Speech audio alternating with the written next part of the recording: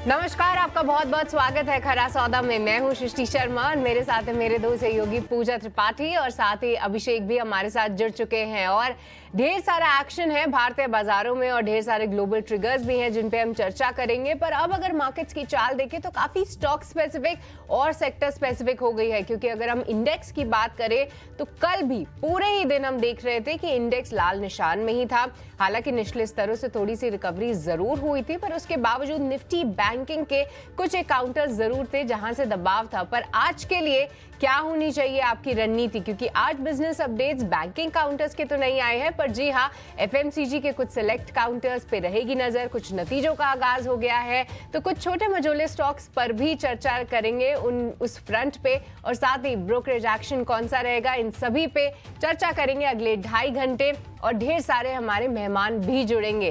पर उसके पहले आइए आपके सामने रख देते हैं कि ग्लोबल ट्रिगर्स कौन से हैं। और आज जो कि गिफ्ट निफ्टी ऑलमोस्ट सपाट शुरुआत की ही तैयारी कर रहा है, साथ ही साथ हल्की सी बढ़त वहां पे है। पर इस बीच ग्लोबल बाजारों का क्या कुछ हाल है, क्या वहां से कोई सपोर्ट है या नहीं, इस पे आइए सबसे पहले चर्चा करते हैं। पूजा, आपसे समझना चाहेंगे कल ग्लोबल बाजारों की चाल कैसे देखने को मिली। हालांकि नैस्डैक में तो कोई भी रुकावट के संकेत नहीं है, पर डाउ जोन्स थोड़ा सा वॉलेटाइल जरूर रहा। पूजा, गुड मॉर्निंग, बताइए क्या कुछ है वहां से अपडेट्स, और साथ ही कमोडिटी मार्केट को लेकर क्या कुछ एक्शन देखने को मिला। बिल्कुल, गुड मॉर्निंग सृष्टि। कल हमने देखा कि ग्लोबल बाजारों में बेहद ही सपाट कारोबार देखने को मिला। अगर पॉइंट वाइज देखेंगे तो मामूली बढ़त के साथ S&P 500 और नैस्डैक में कारोबार हुआ। हालांकि रिकॉर्ड क्लोजिंग वहां पर देखने को मिली, एक के बाद एक रिकॉर्ड लेवल्स वहां पर बन रहे हैं, लेकिन ज्यादा बड़ी कोई तेजी नहीं थी। और वहीं दूसरी तरफ डाउ जोन्स भी देखेंगे तो मामूली गिरावट के साथ डाउ जोन्स बंद हुआ, तो बेहद दायरे में कारोबार हुआ। क्लोजिंग भी काफी सुस्ती के साथ यहाँ पर देखने को मिली है। तो ज्यादा कुछ बड़े फिलहाल ट्रिगर्स और बड़े कुछ खबरें वहां से निकल कर नहीं आई हैं। अब ये हफ्ता काफी इंपॉर्टेंट होगा, क्योंकि हम देख रहे हैं कि लेबर मार्केट से जो संकेत आ रहे हैं वो तो थोड़े कमजोरी के थे। अब नजर रहेगी महंगाई के आंकड़ों पर। ये काफी इंपॉर्टेंट होगा देखना कि महंगाई के आंकड़े क्या आ रहे हैं, क्योंकि लेबर मार्केट में जो नरमी है उससे तो फेड को कॉन्फिडेंस मिल रहा है, लेकिन महंगाई के आंकड़े में भी थोड़ी कमी आ जाए तो वहां पर अब माना जाएगा कि ब्याज दरों में कटौती की जो बातें हैं उसकी संभावना अब बढ़ सकती है, और वही ट्रिगर देगा यहाँ से यूएस बाजारों की चाल को। तो और इसके अलावा अब वहां पर भी अर्निंग सीजन की शुरुआत हो चुकी होगी। पेप्सिको और डेल्टा एयरलाइंस के नतीजे इस हफ्ते आएंगे, और काफी सारे बड़े बैंकों के नतीजे भी आएंगे, उस पर भी हमारी नजर रहेगी। तो ये जो पूरा हफ्ता है यूएस मार्केट्स के लिए, एक महंगाई का आंकड़ा और अर्निंग सीजन की जो शुरुआत हो रही है, ये काफी इंपॉर्टेंट होगा देखना। उसके पहले बेहद ही सीमित दायरे में हम कारोबार होता हुआ देख रहे हैं अमेरिकी बाजारों में। यूरोप के बाजार तीनों ही इंडाइसेस लाल निशान में बंद हुए। बॉन्ड यील्ड्स में नरमी आई, 4.3 के नीचे फिसल चुके बॉन्ड यील्ड्स 4.2 पर अब आ चुके हैं। डॉलर इंडेक्स भी 104 के पास सपाट, और क्योंकि अब रुझान इक्विटी मार्केट पर ज्यादा हो रहा है, इस वजह से कल के दिन हमने देखा कि सोने में भी थोड़ी मुनाफा वसूली थी और 1% की गिरावट वहां पर भी देखने को मिली है। कच्चे तेल में अब मार्केट इम्पैक्ट कर रहा है हरिकेन के, वहां पर जो ट्रॉपिकल स्टॉर्म आया है उसका इम्पैक्ट कितना है उसको एसेस करने की कोशिश कर रहा है। उसके पहले हम देख रहे हैं कि कच्चे तेल में भी कल गिरावट आई और 1% की गिरावट वहां पर भी देखने को मिली। एशियाई बाजारों से बात करें तो यहाँ पर भी संकेत सुस्ती के ही हैं, ज्यादा कुछ बहुत बड़ा डेवलपमेंट नहीं हो रहा है। गिफ्ट निफ्टी देखेंगे तो सपाट शुरुआत यहाँ पर भी देखने को मिल रही है। कोरिया के बाजार हल्के बढ़त के साथ कारोबार कर रहे हैं। चीन और हांगकांग के बाजार भी हल्के लाल निशान में है। जापान के बाजार देखेंगे तो वहां पर अब करीब 1.5% की बढ़त देखने को मिल रही है। तो यह है एशियाई बाजारों की शुरुआत। काफी मिलीजुली शुरुआत एशियाई बाजारों से भी मिल रही है, लेकिन गिफ्ट निफ्टी जो अभी ओपनिंग टिक्स दिखा रहा है वो काफी सपाट का दिखा रहा है। और यहाँ से ये भी उम्मीद की जा सकती है कि आज भारतीय बाजारों की भी जो क्लोजिंग है, पिछले कुछ समय से जो हम देख रहे हैं कि एक रेंज बाउंड सेशन है, आज भी थोड़ी सपाट शुरुआत यहाँ पर भारतीय बाजारों की भी देखने को मिल सकती है। तो ओवरऑल ग्लोबल संकेत ठीक ठाक ही है, बहुत ज्यादा नेगेटिव या पॉजिटिव ट्रिगर्स आज के लिए कुछ देखने को नहीं है। लेकिन आज भारतीय बाजारों की चाल कैसी रह सकती है, शुरुआत कैसी रह सकती है, क्योंकि कल भी हमने देखा कि दिन भर एक रेंज में ही कारोबार कर रहे थे। आज किन लेवल्स पर नजर रखनी चाहिए ये समझ लेते हैं, और अभिषेक से जान लेते हैं कि आज किन लेवल्स पर कौन से लेवल्स इंपॉर्टेंट होंगे आज निफ्टी और बैंक निफ्टी के लिए। अभिषेक बताइए। पूजा, शुरुआत ये कर लें कि बाजार में हो क्या रहा है। आप देखिए लगातार 3 दिन से बाजार कहीं न कहीं एक रेंज में फंसा हुआ है। हालांकि हम 23,300 के ऊपर की क्लोजिंग देख रहे हैं, लेकिन 20 अंक कभी ऊपर कभी 10 अंक नीचे, इस तरह की आपको वहां पर मूवमेंट दिख रही है। और ये हो क्यों रहा है? क्योंकि बुल्स और बेयर्स के बीच में तो रस्साकशी चली रही है, थोड़ी सी इनडिसाइसिवनेस की स्थिति है। लेकिन बाजार अब उस जंक्चर पे आ गया है जहां पर लेवल का बड़ा ब्रेकडाउन या फिर कह सकते हैं कि बड़े ब्रेकआउट की आप उम्मीद करके यहां से चल सकते हैं। किसी ट्रिगर्स की तलाश में है बाजार। कोई ट्रिगर आ जाए, अगर कमजोर आ जाता है बाजार नीचे जाएगा। अगर ट्रिगर आ जाए तो बाजार हम देख रहे हैं कि रिकॉर्ड हाई से सिर्फ 0.3% के आसपास की ही दूरी है, तो बाजार ऊपर भी जाएगा। लेकिन एचडीएफसी बैंक उसने प्रेशर बनाया है जो उनके Q1 के जो अपडेट आए थे उसके चलते, लेकिन उस चीज को ऑफसेट किया कहीं ना कहीं आईटी स्टॉक्स ने, कंजम्पशन स्टॉक्स ने, रिलायंस ने, इन्होंने बाजार को सपोर्ट देने का काम किया है। लेकिन एचडीएफसी बैंक ये फोकस में जरूर रहेगा और ये देखना होगा कि जो करीब करीब 7% की गिरावट आई है पिछले 3 सत्र में, 1650 रुपए के नीचे के भाव हैं। क्या एचडीएफसी बैंक रुकेगा? मैं उम्मीद करके चल रहा हूं कि शायद एक स्थिरता दिखा के थोड़ी सी बाइंग इंटरेस्ट यहां पर लौटेगा। लेकिन काफी कुछ एचडीएफसी बैंक की चाल पर निर्भर करेगा। हालांकि एचडीएफसी बैंक की चाल अलग रही है और बाकी अगर हम क्योंकि और भी बड़े दिग्गज बैंक हैं, आईसीसी बैंक है, एक्सिस है, ये थोड़ा थोड़ा बाजार को सपोर्ट देते हुए दिखेंगे। लेकिन निश्चित तौर पर आज चूंकि निफ्टी फाइनेंशियल सर्विसेज की वीकली एक्सपायरी है, तो बैंकिंग शेयर आज फिर से फोकस में रहेंगे। देखना होगा कि चाल क्या होती है, लेकिन निश्चित तौर पर एक अभी दुविधा की स्थिति है, एक रेंज का बाजार है। हालांकि अगर हम मोमेंटम की बात करें वो पॉजिटिव है, निफ्टी के लिए भी, निफ्टी बैंक के लिए भी। स्ट्रक्चर कोई वीक नहीं हो रहा है, लेकिन ये जरूर है कि अब थोड़ा सा स्टॉक स्पेसिफिक होने का बाजार में समय आ गया है। बजट पर नजर है और बजट के चलते हम ये भी देख रहे हैं कि स्टॉक्स में चर्निंग हो भी रही है। फर्टिलाइजर स्टॉक्स चल रहे हैं, इसके अलावा हम रेलवे, पीएसयू, ये तमाम स्टॉक्स को चलते हुए देख रहे हैं। लेकिन एक कंसर्न कि आईटी ने सपोर्ट दिया है, क्या आईटी चलता रहेगा? ये थोड़ी देखने वाली चीज होगी कि अच्छा आईटी की अब चाल क्या होती है, क्योंकि ठीक ठाक मूवमेंट ऑलरेडी आईटी दिखा चुका है। तो सेक्टर स्पेसिफिक एक्शन जरूर देखने को मिल सकता है और साथ ही आईटी पे खास तौर से नजर रहेगी। कुछ जो डिफेंस काउंटर्स हैं वो भी रुकने का नाम नहीं ले रहे हैं। एफएमसीजी स्ट्रांग है। इन सभी पे चर्चा करेंगे कि आपकी नजर कौन से स्टॉक पे होनी चाहिए। पर आइए इससे पहले अभिषेक आपसे ही समझना चाहेंगे कि निफ्टी में क्या कुछ हो सकता है, निफ्टी के लिए क्या रणनीति होनी चाहिए, इसमें बताइए अभिषेक।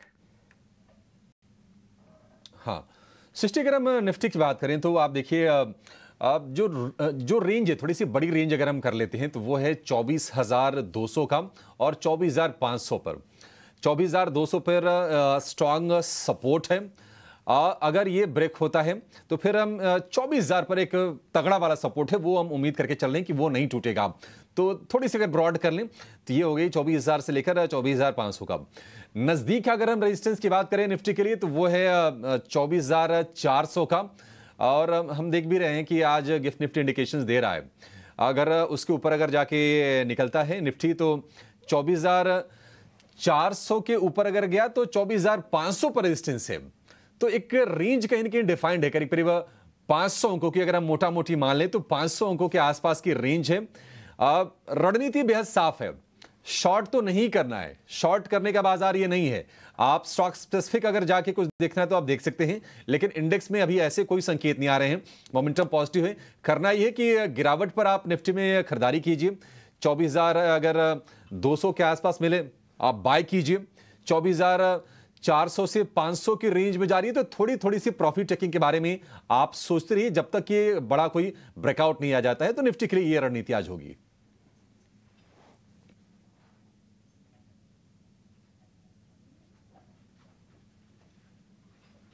बिल्कुल, तो ये है निफ्टी में रणनीति। लेकिन अभिषेक ये भी बताइए कि फिर बैंक निफ्टी में आज रणनीति क्या होनी चाहिए? पूजा, निफ्टी बैंक की देखिए चाल जो निर्भर करेगी, क्योंकि देखिए काफी तेज चला हुआ है और बैंकिंग के स्टॉक्स जब चल रहे थे तो कहीं ना कहीं एक कंसोलिडेशन वाला फेज भी हमें दिख रहा है। और अगर हम एचडीएफसी बैंक की बात करें तो उसकी चाल आज क्या होती है, क्योंकि इंडेक्स में वेटेज काफ़ी ज़्यादा है। अगर आप देखेंगे तो करीब करीब 28% के आसपास का वेट है निफ्टी के बैंकिंग इंडेक्स में। आज निफ्टी फाइनेंशियल सर्विसेज की एक्सपायरी है, तो बैंकिंग स्टॉक्स थोड़े से ज़्यादा फोकस में रहेंगे। लेकिन 2 दिन में करीब करीब 600 अंकों के आसपास की गिरावट आई है। उम्मीद करके चलेंगे कि एचडीएफसी बैंक की जो कमजोरी है उस पर ब्रेक लगेगी। हालांकि जो शेयर है वो 3 दिन में 7% टूटा, जैसा कि मैं आपको बता रहा था। लेकिन अगर हम मजबूत सपोर्ट लेवल की बात करें तो वो है 52,000 का निफ्टी बैंक के लिए। अगर हम इसके स्तर की बात करें तो अगर 52,500 के ऊपर अगर निफ्टी बैंक क्लोजिंग देता है तो 53,000 तक निफ्टी बैंक जाएगा। हालांकि एक तगड़ा जो कड़ा वाला जो रेजिस्टेंस है वो है 53,300 के आसपास का, उसको पार कर गया फिर एक से एक बढ़िया डिसाइसिव मूव निफ्टी बैंक दिखाएगा। लेकिन निश्चित तौर पर एक चीज जो ध्यान में रखना चाहिए वो ये कि लॉन्ग होल्डिंग एफआईएस की जो है वो अभी भी 84% के आसपास की है, उसमें कोई कमी नहीं आ रही है। तो मोमेंटम बाजार का फिलहाल मजबूत है, इसमें कोई दो राय नहीं है।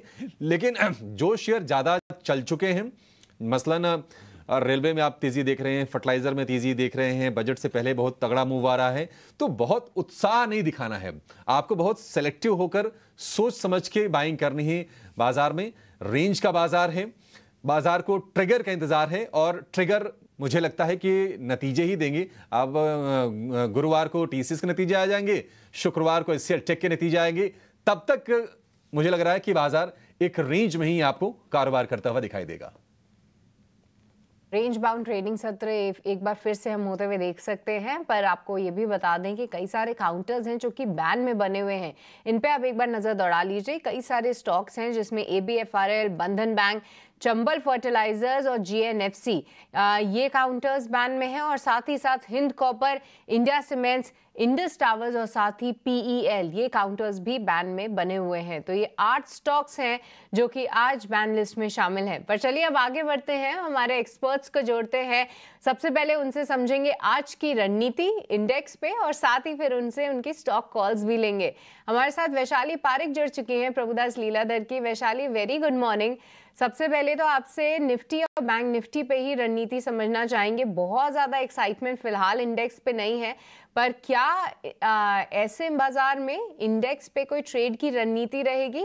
और अगर नहीं वैशाली, तो एग्जिस्टिंग सपोर्ट और रेजिस्टेंस लेवल भी हाईलाइट कीजिएगा। कई सारे लोगों की जो पोजीशंस ओपन है उनको कौन से लेवल्स ध्यान में रखने हैं ये उनको पता लग जाएगा।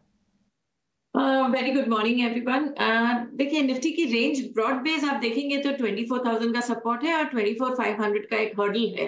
But on near term basis अगर देखना चाहेंगे तो 24,280 का नियर टर्म सपोर्ट है, जहां पे एक इंट्राडे लेवल से बाय कर सकते हैं।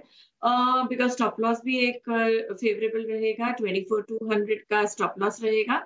और इफ वी सस्टेन अबाउट 24,300 तो 24,400 450 की तरफ जा सकते हैं। सो ये रहा निफ्टी का एक रेंज।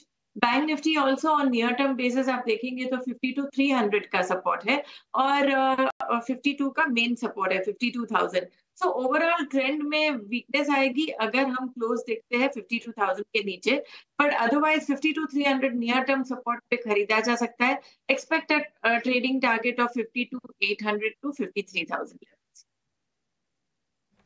ऑल राइट, तो ये कुछ लेवल्स हैं जो कि आपको ध्यान में रखने हैं। खासतौर से निफ्टी 50 24,280 का एक सपोर्ट माना जा रहा है, वहाँ पे इंट्राडे के लिए आप बाई की रणनीति भी बना सकते हैं, तो इस लेवल पे आप ध्यान रखिए। पर वैशाली, इसी के साथ आपकी स्टॉक कॉल्स भी जानना चाहेंगे। इंडेक्स की तो बात हो गई, पर स्टॉक स्पेसिफिक कहाँ पे है आपकी नज़र? तो कल हम देख रहे थे दैट पीएसयू मेटल स्टॉक्स में एक अच्छा सा मूवमेंट आया था। हमने देखा नैल्को में एक अच्छा सा रन अप आया। So now I think it's time for sale. Technically very well placed, 148 के स्टॉप लॉस के साथ अभी फिलहाल 156 पे ये रेट चल रहा है। आई थिंक अगर ये व्यू सही गया तो ये 165 168 के नेक्स्ट टारगेट देख सकते हैं। दूसरा सेक्टर कल हमने देखा insurance sector on the whole में काफी तेजी दिख रही थी। HDFC लाइफ देखिए, GICRE। So GICRE is one of the stocks जो मुझे सही लग रहा है। 385 के स्टॉप लॉस के साथ 450 एक पोजिशनल टारगेट रहेगा। बिल्कुल। कल हमने देखा कि इंश्योरेंस सेक्टर से जुड़ी भी कुछ एक्सक्लूसिव जानकारी हम आपको दे रहे थे। उसके बाद इन तमाम स्टॉक्स में अच्छी तेज़ी भी आई। जीआईसी री इंश्योरेंस, इस पूरे स्पेस में आप यहाँ पर नज़र रखिए। आज भी वो तेज़ी कंटिन्यू हो सकती है। 450 के लक्ष्य अगले देख रही हैं वैशाली, और सेल में भी तेज़ी करने की सलाह है 165 के टारगेट के लिए। तो ये आज के ट्रेडिंग आइडियाज़। कुछ और भी ट्रेडिंग आइडियाज़ हम आपके लिए कुछ ही देर में लेकर आएंगे। लेकिन चलिए अब रुक करते हैं खबरों वाले शेयर्स का, और इस बीच क्वार्टरली अपडेट्स भी आ रहे हैं एक एक करके। हमारे साथ शरद जुड़ चुके हैं पूरी जानकारी लेकर। शरद, गुड मॉर्निंग, बताइए। जी बिल्कुल, गुड मॉर्निंग पूजा। तो सबसे पहले जो है गोदरेज कंज्यूमर प्रोडक्ट्स के बारे में बात करूंगा। Largely in line set of numbers आए हैं।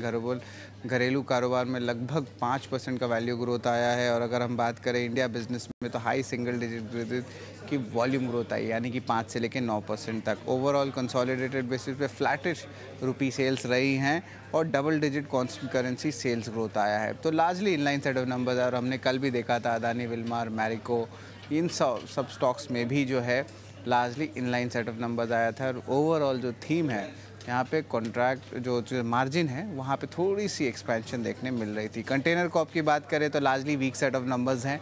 Volume 6% year on year basis पे भागा है, लेकिन जो एक्सएम होती है एक्सपोर्ट इंपोर्ट वाली वॉल्यूम वो सिर्फ 3% बढ़ी है ईयर ऑन ईयर बेसिस पे, और वो वित्त साल 2025 की गाइडेंस से कम है। खबरों वाले शेयर्स पे बात करते हैं तो 2 अहम QIP खुलने वाले हैं। सबसे पहला रहेगा पित्ती इंजीनियरिंग। लगभग 360 करोड़ रुपए का QIP खुल गया है और इसको इंडिकेटिव इशू प्राइस से 9% डिस्काउंट पे है। तो पित्ती इंजीनियरिंग को फोकस में रखिएगा। अब बात कर लगता हूँ जुपिटर वैगन्स की, जहाँ पे 1000 करोड़ रुपए का QIP खुला है और जो फ्लोर प्राइस है वो 5% डिस्काउंट पे है। तो इन दोनों स्टॉक्स पे अपने रडार पे रखिएगा। इन दोनों की QIP खुल गई है। HBL पावर की जो है एनालिस्ट मीट हुई थी मार्केट आवर्स के बाद। वहाँ पे सबसे इम्पॉर्टेंट बात सामने आता है कि वो जो रेवेन्यू गाइडेंस है वित्त साल 2025 का, उन्होंने 2300 करोड़ से घटा के 2100 करोड़ कर दिया और जो मार्जिन है वो 19% पे रखा है। चुनाव के कारण जो है इनके ओवरऑल टेंडर्स में डिले हुई है और जो कवच की टेंडर्स है जो बाजार पूरा देख रहा है वो H2 FY25 में जो है वहाँ से स्टार्ट होने वाले हैं। टेलीकॉम बैटरी सेगमेंट में भी एक रीट्रिगर देखने मिलेगा। उत्कर्ष स्मॉल फाइनेंस बैंक में RBI अप्रूवल आ गई गोविंद सिंह को MD और CEO अपॉइंट करने के लिए, तो एक इम्पॉर्टेंट डेवलपमेंट आया इस स्टॉक के लिए। और बात कर लूँ नेस्ले इंडिया के लिए, तो यहाँ पे शेयर होल्डर्स ने अप्रूवल दे दी है कि सिर्फ 4.5% का रॉयल्टी जो है पेरेंट कंपनी को जाएगा। ऑलरेडी बोर्ड की अप्रूवल हमने जो है देख चुकी थी और उसके कारण स्टॉक में पॉजिटिव रिएक्शन आ गया था। तो एक टाइप से एक औपचारिक काइंड ऑफ मूवमेंट है स्टॉक में देखने मिल सकता है। स्वान एनर्जी की बात करें तो यहाँ पे दुनिया का सबसे बड़ा एसेट मैनेजर ब्लैक रॉक, उनकी एफिलिएट ने 304 करोड़ रुपए का निवेश किया 1.5% स्टेक के लिए स्वान एनर्जी के लिए, और जो सेलर थे वो 2 FIs थे। MM फॉर्जिंग्स की बात करें तो रिकॉर्ड डेट आ गया बोनस इशू का, और वो रिकॉर्ड डेट जो है वो आता है आपका 16 जुलाई का। ऑलरेडी पहले अनाउंस कर दिया एक्सचेंजेस में इस कंपनी ने कि इनकी जो बोनस इशू है वो 1:1 पे है, यानी कि अगर आप 1 शेयर होल्ड करते तो आपको 1 शेयर मिलेगी। और आखिर में मैं बात कर लेता हूँ आपका स्टॉक संघी इंडस्ट्रीज़ का। यहाँ पे जो है अप्रूवल आई है प्रेफरेंस शेयर्स की अलॉट करने के लिए अंबुजा सीमेंट में, तो उसकी मंजूरी बोर्ड की आ गई है। तो ये अहम स्टॉक्स है जो आपके रडार में होना चाहिए आज। ठीक है, ये तमाम स्टॉक्स की लिस्ट है जहां पर आज एक्शन दिखेगा, लेकिन खास तौर पर जो नज़र रखिए वो जो बिजनेस अपडेट कंपनीज के आ रहे हैं। गोदरेज कंज्यूमर के बिजनेस अपडेट आए हैं और कॉनकॉर के क्यों अपडेट आए हैं, इस पर खास नज़र होगी। और इसके अलावा HBL पावर, जिन्होंने अपना रेवेन्यू का गाइडेंस घटाया है। HBL पावर बहुत तेज़ रफ्तार से चला हुआ शेयर है, इस पर नज़र आज आपको रखनी चाहिए। ये सारे के सारे शेयर, लेकिन ब्रोकरेजेस की नज़र कहाँ पर है, क्या रिपोर्ट्स आ रही हैं, कहाँ फोकस आपका होना चाहिए, ये बताने के लिए अशेषा हमारे साथ जुड़ गई हैं। अशेषा, बताइए क्या फोकस में रहेगा आज? सबसे पहले एफएल की बात करते हैं तो सिटी की रिपोर्ट आई है, इनिशिएटिंग कवरेज रिपोर्ट है। खरीदारी की राय के साथ इनिशिएट किया है कवरेज और 1600 रुपये प्रति शेयर का लक्ष्य दिया है। उनका मानना है कि डिजिटल स्पेंड्स बढ़ने से कंपनी को अच्छा खासा फायदा हो सकता है। 20% top line growth CAGR basis पर कंपनी रिपोर्ट कर सकती है। और मार्जिन्स की बात करें तो 400 बेसिस पॉइंट्स का मार्जिन एक्सपेंशन FY24 से 27 के पीरियड में एक्सपेक्टेड है। तो ग्रोथ प्रॉस्पेक्ट्स काफ़ी काफ़ी अच्छे हैं, मार्जिन एक्सपेंशन के चलते इस रिपोर्ट के चलते स्टॉक पर नज़र रहेगी। आईटी सेक्टर से टेक महिंद्रा पर जेफरीज की रिपोर्ट आई है, अंडर परफॉर्म की रेटिंग बरकरार रखी है और 1065 रुपीज़ प्रति शेयर का लक्ष्य रखा है। उनका मानना है कि मार्जिन बढ़ सकते हैं, लेकिन 13.6% केवल यहाँ तक मार्जिन बढ़ सकते हैं FY27 तक। तो ग्रोथ कंसर्न्स है, मार्जिन एक्सपेंशन भी लिमिटेड होगा, जिसके चलते उन्होंने अंडर परफॉर्म की राय बरकरार रखी है। इसके अलावा ऑटो और सॉफ्टवेयर प्रोग्रामिंग कंपनीज पर बर्नस्टीन की रिपोर्ट आई है, जहां परसिस्टेंट सिस्टम्स KPIT टेक पर उन्होंने आउट परफॉर्म की रेटिंग के साथ इनिशिएट किया है कवरेज, लेकिन कोफोर्ज मार्केट परफॉर्म की राय दी है और टाटा एलेक्सी को तो अंडर परफॉर्म की राय दी है। उनका मानना है कि स्पेशलिस्ट इंजीनियरिंग सर्विसेज सॉफ्टवेयर और ऑटो सेगमेंट पर फोकस करेगी और उसके चलते ग्रोथ प्रोस्पेक्ट्स काफ़ी अच्छे हैं। तो दो स्टॉक्स पर उन्होंने आउट परफॉर्म की राय दी है, परसिस्टेंट सिस्टम्स और KPIT टेक। इसके अलावा केमिकल सेक्टर पर UBL की रिपोर्ट आई है। उनका मानना है कि अब केमिकल सेक्टर के ग्रोथ प्रोस्पेक्ट्स इंप्रूव हो सकते हैं। PI इंडस्ट्रीज और नवीन फ्लोरीन दोनों ही स्टॉक्स पर उन्होंने खरीदारी की राय दी है और आरती इंडस्ट्रीज और गुजरात फ्लोरो ये दोनों स्टॉक्स पर उन्होंने बिकवाली की राय दी है। इसके अलावा डॉक्टर लाल पैथलैब्स की बात करते हैं, जहां UBS की रिपोर्ट आई है, खरीदारी की राय दी है। टारगेट प्राइस जो पहले 2900 रुपीज़ प्रति शेयर था वो बढ़ाकर 3500 रुपीज़ प्रति शेयर कर दिया है। उनका मानना है कि ग्रोथ प्रोस्पेक्ट्स कंपनी के काफ़ी अच्छे हैं और ग्रोथ ट्रैजेक्टरी भी काफ़ी अच्छी रह सकती है। लेबोरेटरी और सेंटर का प्रोस्पेक्ट्स बढ़ेंगे तो कंपनी के रेवेन्यू ग्रोथ अच्छा हो सकता है, जिसके चलते टारगेट प्राइस बढ़ाकर अब 3500 रुपये प्रति शेयर कर दिया है। लास्ट में परसिस्टेंट सिस्टम्स की बात करेंगे। सिटी ने इनिशिएट किया है 30 डे नेगेटिव कैटलिस्ट वॉच, नतीजे आएंगे कुछ ही समय में। उनका मानना है कि पहली तिमाही के नतीजे तो अच्छे रहेंगे, लेकिन मार्जिन आउटलुक कंपनी का कमज़ोर रह सकता है। फुल ईयर के लिए गाइडेंस कंपनी देगी, वो भी एनालिस्ट के एक्सपेक्टेशन से कमज़ोर रहेगा। और डील विंस की बात करें तो पिछले कुछ क्वार्टर्स में जो डील विंस कंपनी ने रिपोर्ट किए हैं वही रेंज में कंपनी डील विंस इस क्वार्टर में भी रिपोर्ट कर सकती है। तो 90 डे नेगेटिव कैटलिस्ट वॉच 3080 रुपये प्रति शेयर का लक्ष्य और सिटी की इस रिपोर्ट के चलते परसिस्टेंट सिस्टम्स पर भी अपनी नज़र रखें।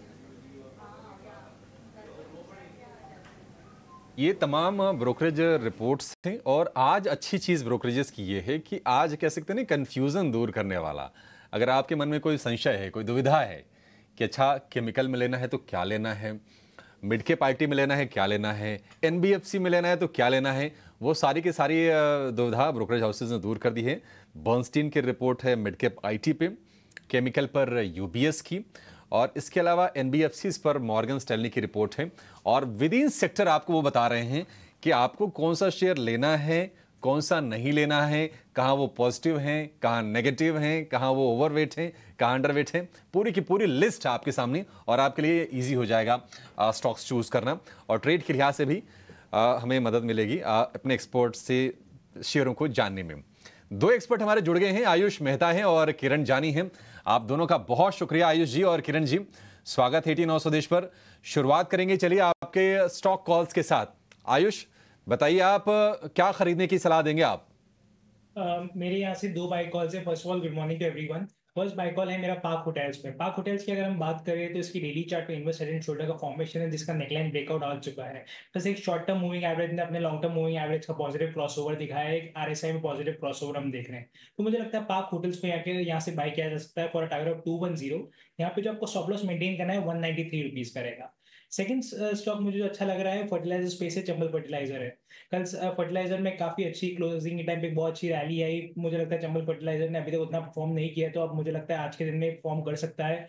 इसका डेटा काफी पॉजिटिव आ रहा है। एक डबल बॉटम फॉर्मेशन है इसकी डेली लाइन चार्ट में, एक वीकली चार्ट पे फ्लैट पैटर्न है और मंथली चार्ट पे ग्राउंडिंग बॉटम है। मुझे लगता है चंबल फर्टिलाइजर को यहाँ से बाय किया जा सकता है फॉर अ टारगेट ऑफ 565। यहाँ पे जो आपको स्टॉप लॉस मेंटेन करना है 520 रुपीज करेगा। यहाँ पे आप नज़र रख सकते हैं। हालांकि हम बहुत ज़्यादा चर्चा नहीं करते इस काउंटर की, पर टेक्निकली जो है आयुष को पसंद आ रहा है। और चंबल फर्टिलाइजर्स हमने कल भी खरा सौदा में इस पे चर्चा की थी। स्टॉक ने उस समय जिस मूव की शुरुआत ही की थी, इंट्राडे अच्छे मूव्स दिए, पर यहाँ से और भी तेज़ी देख रहे हैं आयुष। 565 के टारगेट्स, 520 का यहाँ पे आपको स्टॉप लॉस लगाना है। पर किरण, अब आपसे समझना चाहेंगे, गुड मॉर्निंग, बताइए आज की आपकी स्टॉक कॉल्स कौन सी हैं? Yes, very good morning everyone. So overall अगर हम मार्केट का स्ट्रक्चर देखें तो कहीं ना कहीं स्टॉक स्पेसिफिक और सेक्टर स्पेसिफिक हमें लग रहा है कि अभी भी जो तेजी है वो कंटिन्यू रह सकती है। सो रियल एस्टेट में ऑलरेडी एक होलिस्टिकली जो हमने ब्रेकआउट देखे थे वो कंटिन्यू है, तो उसके हिसाब से गोदरेज प्रॉपर्टी में काफी अच्छा लग रहा है। 2 दिन की गिरावट के बाद कल हमने देखा था कि वापस stock high top high bottom pattern के अंदर रिज्यूम हुआ है। अगर आप डेरिवेटिव पोजीशंस के वाइज देखो तो ओवरऑल 5 दिन में कहीं ना कहीं 10-11% का ओपन इंटरेस्ट राइज हुआ है, और वॉल्यूम के साथ ये प्राइस कहीं ना कहीं वापस अपने प्रीवियस ट्रेंड के अंदर रिज्यूम कर रहे हैं। तो गोदरेज प्रॉपर्टी हम करंट मार्केट प्राइस से लॉन्ग करके जाएंगे। जिस तरह से डेली चार्ट हमें देखने को मिल रहा है 3310 के आसपास की क्लोजिंग थी, 3360 का हमारा टारगेट रहेगा, और जैसा स्टॉप लॉस हमें मेंटेन करना है वो 3280 मेंटेन करना है। नेक्स्ट जो कॉल है वो नेस्ले है। हमने देखा है कि ओवरऑल एफएमसीजी के अंदर से एक राउंडिंग बॉटम पैटर्न है, तो कंसोलिडेशन पैटर्न ब्रेकआउट देखने को हमें मिल रहा है, और कहीं ना कहीं जो अभी रैली आई थी उसमें ये सेक्टर या तो ये पर्टिकुलर स्टॉक्स है उन्होंने इतना परफॉर्मेंस नहीं दिया था। अब recently because of news also यहाँ पे हम देख रहे हैं कि एक अट्रैक्शन है। डेली चार्ट के ऊपर आप देखोगे तो मल्टीपल मूविंग एवरेज का क्लस्टर सपोर्ट लेके stock high top high bottom pattern के अंदर रिज्यूम कर रहे हैं। कहीं ना कहीं डेली चार्ट के ऊपर multiple inverted head and shoulder pattern breakout भी हमें देखने को मिल रहा है। तो नेस्ले हम लॉन्ग करके जाएंगे, 2600 के आसपास की क्लोजिंग है, कहीं ना कहीं 2650 तक के हमारे टारगेट रहेंगे, and 2580 as a stop loss हम मेंटेन करेंगे। So Nestle India and Godrej property हमारे 2 बाय कॉल। इंडिया और गोदरेज प्रॉपर्टीज, ये 2 बाय कॉल्स आते हुए किरण की तरफ से। तो देखिए कई सारे कॉल्स हमारे एक्सपर्ट्स की तरफ से आए। एक बार क्विकली आपको रिकैप करके अगर हम बता दें तो वैशाली पारेख यहाँ पे जीआईसी आ रही, यहाँ पे आपको रखनी है नज़र। साथ ही सेल पे इनकी बाय कॉल है। आयुष मेहता को पसंद आ रहा है पार्क होटल्स, और साथ ही चंबल फर्टिलाइजर स्पेस में काफ़ी एक्शन भी है। और साथ ही किरण की बात करें तो गोदरेज प्रॉपर्टीज इनको पसंद है, और साथ ही एफएमसीजी पैक से नेस्ले इंडिया पर आप नजर रख सकते हैं। पर चलिए अब उन स्टॉक्स पे चर्चा कर लेते हैं जहां पे खबरें आई हैं, और साथ ही साथ ब्रोकरेजेस की नजर भी है, और समझते हैं हमारे एक्सपर्ट से कि कहां पे आप ट्रेड ले सकते हैं। और वैशाली, खास तौर से आपसे आईटी पे राय जानना चाहेंगे, क्योंकि देखिए अब नतीजों का आगाज होने जा रहा है, उससे पहले ही क्योंकि इस बार उम्मीदें लगाई जा रही हैं कि फाइनली आईटी जो निराश करता हुआ आ रहा है कई सारे क्वार्टर से, उसका जो ट्रेंड है वो अब खत्म हो जाएगा, और इन कुछ दिग्गज इन्वेस्टर्स का भी इंटरेस्ट जो है इस पूरे सेक्टर में वापस आया है। हमने पिछले 2 हफ्ते में कई सारे दिग्गज आईटी काउंटर्स को ऑलरेडी एक डिसेंट मूव दिखाते हुए देखा है, पर वैशाली आज खास तौर से बर्नस्टीन की जो रिपोर्ट आई है उसमें परसिस्टेंट को वो अपना टॉप बाय बता रहे हैं। आपकी नजर कोई स्टॉक पे है आईटी स्पेस में से?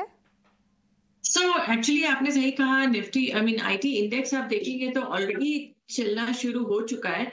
इन बिटवीन थोड़े विप्सॉस जरूर आ सकते हैं, बट येस्टरडे जैसे हमने देखा कि इन्फोसिस में एक स्ट्रॉन्ग अप ट्रेंड है, और मोस्टली ऑल आईटी स्टॉक्स में एक अच्छा सा ट्रेंड बन चुका है। और विप्रो की भी बात करें, एक्चुअली हम विप्रो को काफी क्लोजली ट्रैक कर रहे हैं।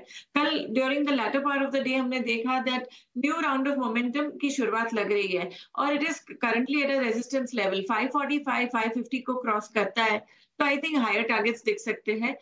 एंड सिमिलरली ये सभी स्टॉक्स में एक पैटर्न सही है। परसिस्टेंट आप जो मुझे पूछ रहे हैं वो एक आउट परफॉर्म ऑलरेडी कर रहा है, so I think the view continues to stay positive technically also.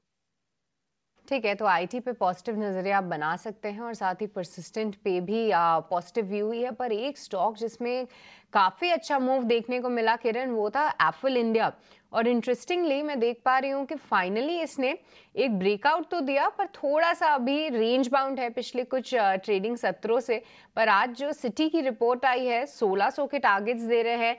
क्या किरण, एप्पल इंडिया इन स्तरों से चलने के लिए तैयार है? और आज अगर एंट्री का मौका मिले, 2-3% का गैप अप हुआ, तो क्या फिर भी एंटर करना चाहिए इस काउंटर में?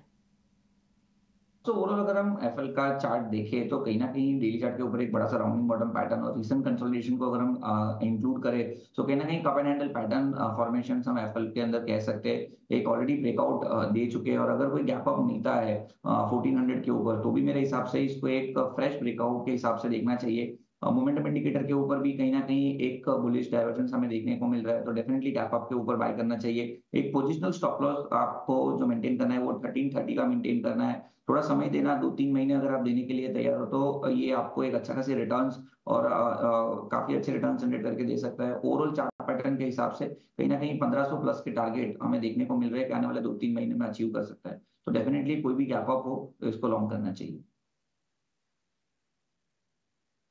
ठीक है, एफएल इंडिया पर ये व्यू। वैशाली, आपसे जानना चाहेंगे, एक स्टॉक खबर तो नहीं है लेकिन मोमेंटम जरूर वहां पे है, अब वो है गेल का, gas authority of India limited. GAIL का चार्ट कैसा लग रहा है आपको, और क्या इसमें हम मजबूती आज फिर से कंटिन्यू होते हुए देखेंगे? तरह से कल की कैंडल बनी है, आई थिंक ये मोमेंटम कंटिन्यू रहना चाहिए। कल का लो था 217, सो आई थिंक ये स्टॉप लॉस को रख के ध्यान में रख के इसमें एक ट्रेडिंग स्ट्रेटजी बना सकते हैं। क्लोज आया है आई थिंक 222 पे, सो आई थिंक ये स्टॉक जा सकता है टुवर्ड्स 228 टू 30 का नेक्स्ट। ठीक है, गेल को लेकर ये व्यू। एचबीएल पावर 600 रुपए के आसपास कल बंद हुआ और हम देख रहे हैं कि 500 रुपए से 600 रुपए की जो जर्नी है एचबीएल पावर ने बहुत ही सुपर फास्ट अंदाज में वो तय की है। हालांकि कंपनी के एनालिस्ट मीट से एक अपडेट आया है, FY25 के लिए उन्होंने रेवेन्यू का गाइडेंस जो है वो उसको घटाया है एचबीएल पावर ने, और उसको घटा के 2300 करोड़ से घटा के 2100 करोड़ रुपए किया है। कहा है कि नए टेंडर में देरी हुई है और लोकसभा चुनाव के चलते उसके चलते आय पर असर पड़ेगा। हालांकि दूसरी छमाही में टेंडर मिलने की उन्होंने उम्मीद जताई है। एचबीएल पावर, इस पर जरा आप राय दीजिए आयुष, करना क्या है? मान लीजिए आज अगर स्टॉक अगर गैप डाउन खुलता है तो प्रॉफिट टेकिंग की सोचे जिनके पास नीचे के भाव पर है।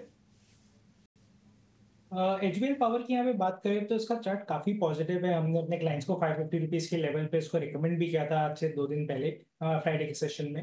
अगर आज गैप डाउन खुलता है और अगर ये हमें 550 के लेवल के आसपास मिलता है तो डेफिनेटली स्टॉक में बने रहना चाहिए। इसका वीकली और मंथली चार्ट काफी पॉजिटिव है। मुझे लगता है इसमें आने वाले लॉन्ग टर्म के हिसाब से 660 से लेकर 700 तक के लेवल्स भी इजीली अचीव कर सकते हैं इसमें।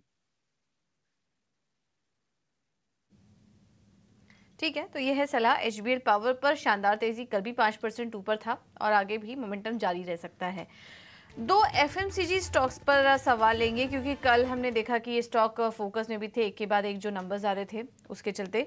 गोदरेज कंज्यूमर्स की पहले बात करते हैं। क्वार्टरली अपडेट आए, हालांकि जो अपडेट आए हैं वो थोड़े कमज़ोर हैं और मॉर्गन स्टैनली ने भी जो अगला लक्ष्य दिया है वो 1231 का दिया है और उनका कहना है कि आगे वॉल्यूम ग्रोथ 10% से ज़्यादा रहने की उम्मीद है, लेकिन बिक्री सपाट रहेगी, कामकाजी मुनाफा भी 10% का ही रहेगा।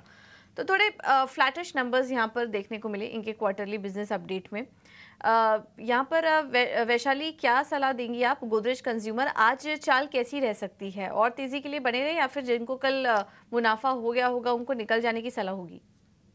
तो नियर टर्म रेजिस्टेंस एक्चुअली 1430 पे है। अगर इसके ऊपर सस्टेन करता है तो इंट्राडे में फर्दर गेन्स मिल सकते हैं टुवर्ड्स 1455 1460। ओके, ठीक है, तो थोड़ा 1460 तक के टारगेट्स यहाँ पर आ सकते हैं नियर टर्म में। एक और रिपोर्ट है इमामी पर, सिटी की रिपोर्ट आई है। ये भी स्टॉक कल फोकस में था और सिटी की तरफ से खरीदारी की राय बरकरार है, लक्ष्य बढ़ा दिया है, 650 से बढ़ाकर 900 का कर दिया है। आयुष जी, आपकी क्या राय बन रही है इमामी पर आज के लिए? इमामी की अगर बात करें तो 725 रुपए का स्टॉक ने ब्रेकआउट दिया है। करंटली 760 के रेजिस्टेंस इमामी फेस कर रहा है। कल भी इसने हाई मारा लेकिन उसको सस्टेन नहीं कर पाया, क्लोजिंग 750 के आसपास रही है। तो मुझे लगता है कंडीशनल बाय कॉल इसमें रखिएगा। आरएसआई पॉजिटिव क्रॉसओवर है, सारे मूविंग एवरेजेस के ऊपर है। 760 ऊपर निकलता है स्टॉक को डेफिनेटली बाय करना चाहिए। इसमें जो फर्स्ट टारगेट हम एक्सपेक्ट करें वो 800 रुपीज के रहेंगे और अगर किसी पर ऑलरेडी पोजीशन है तो डेफिनेटली उसमें ट्रेलिंग स्टॉप लॉस रखाइए जो है वो 720 रुपए का।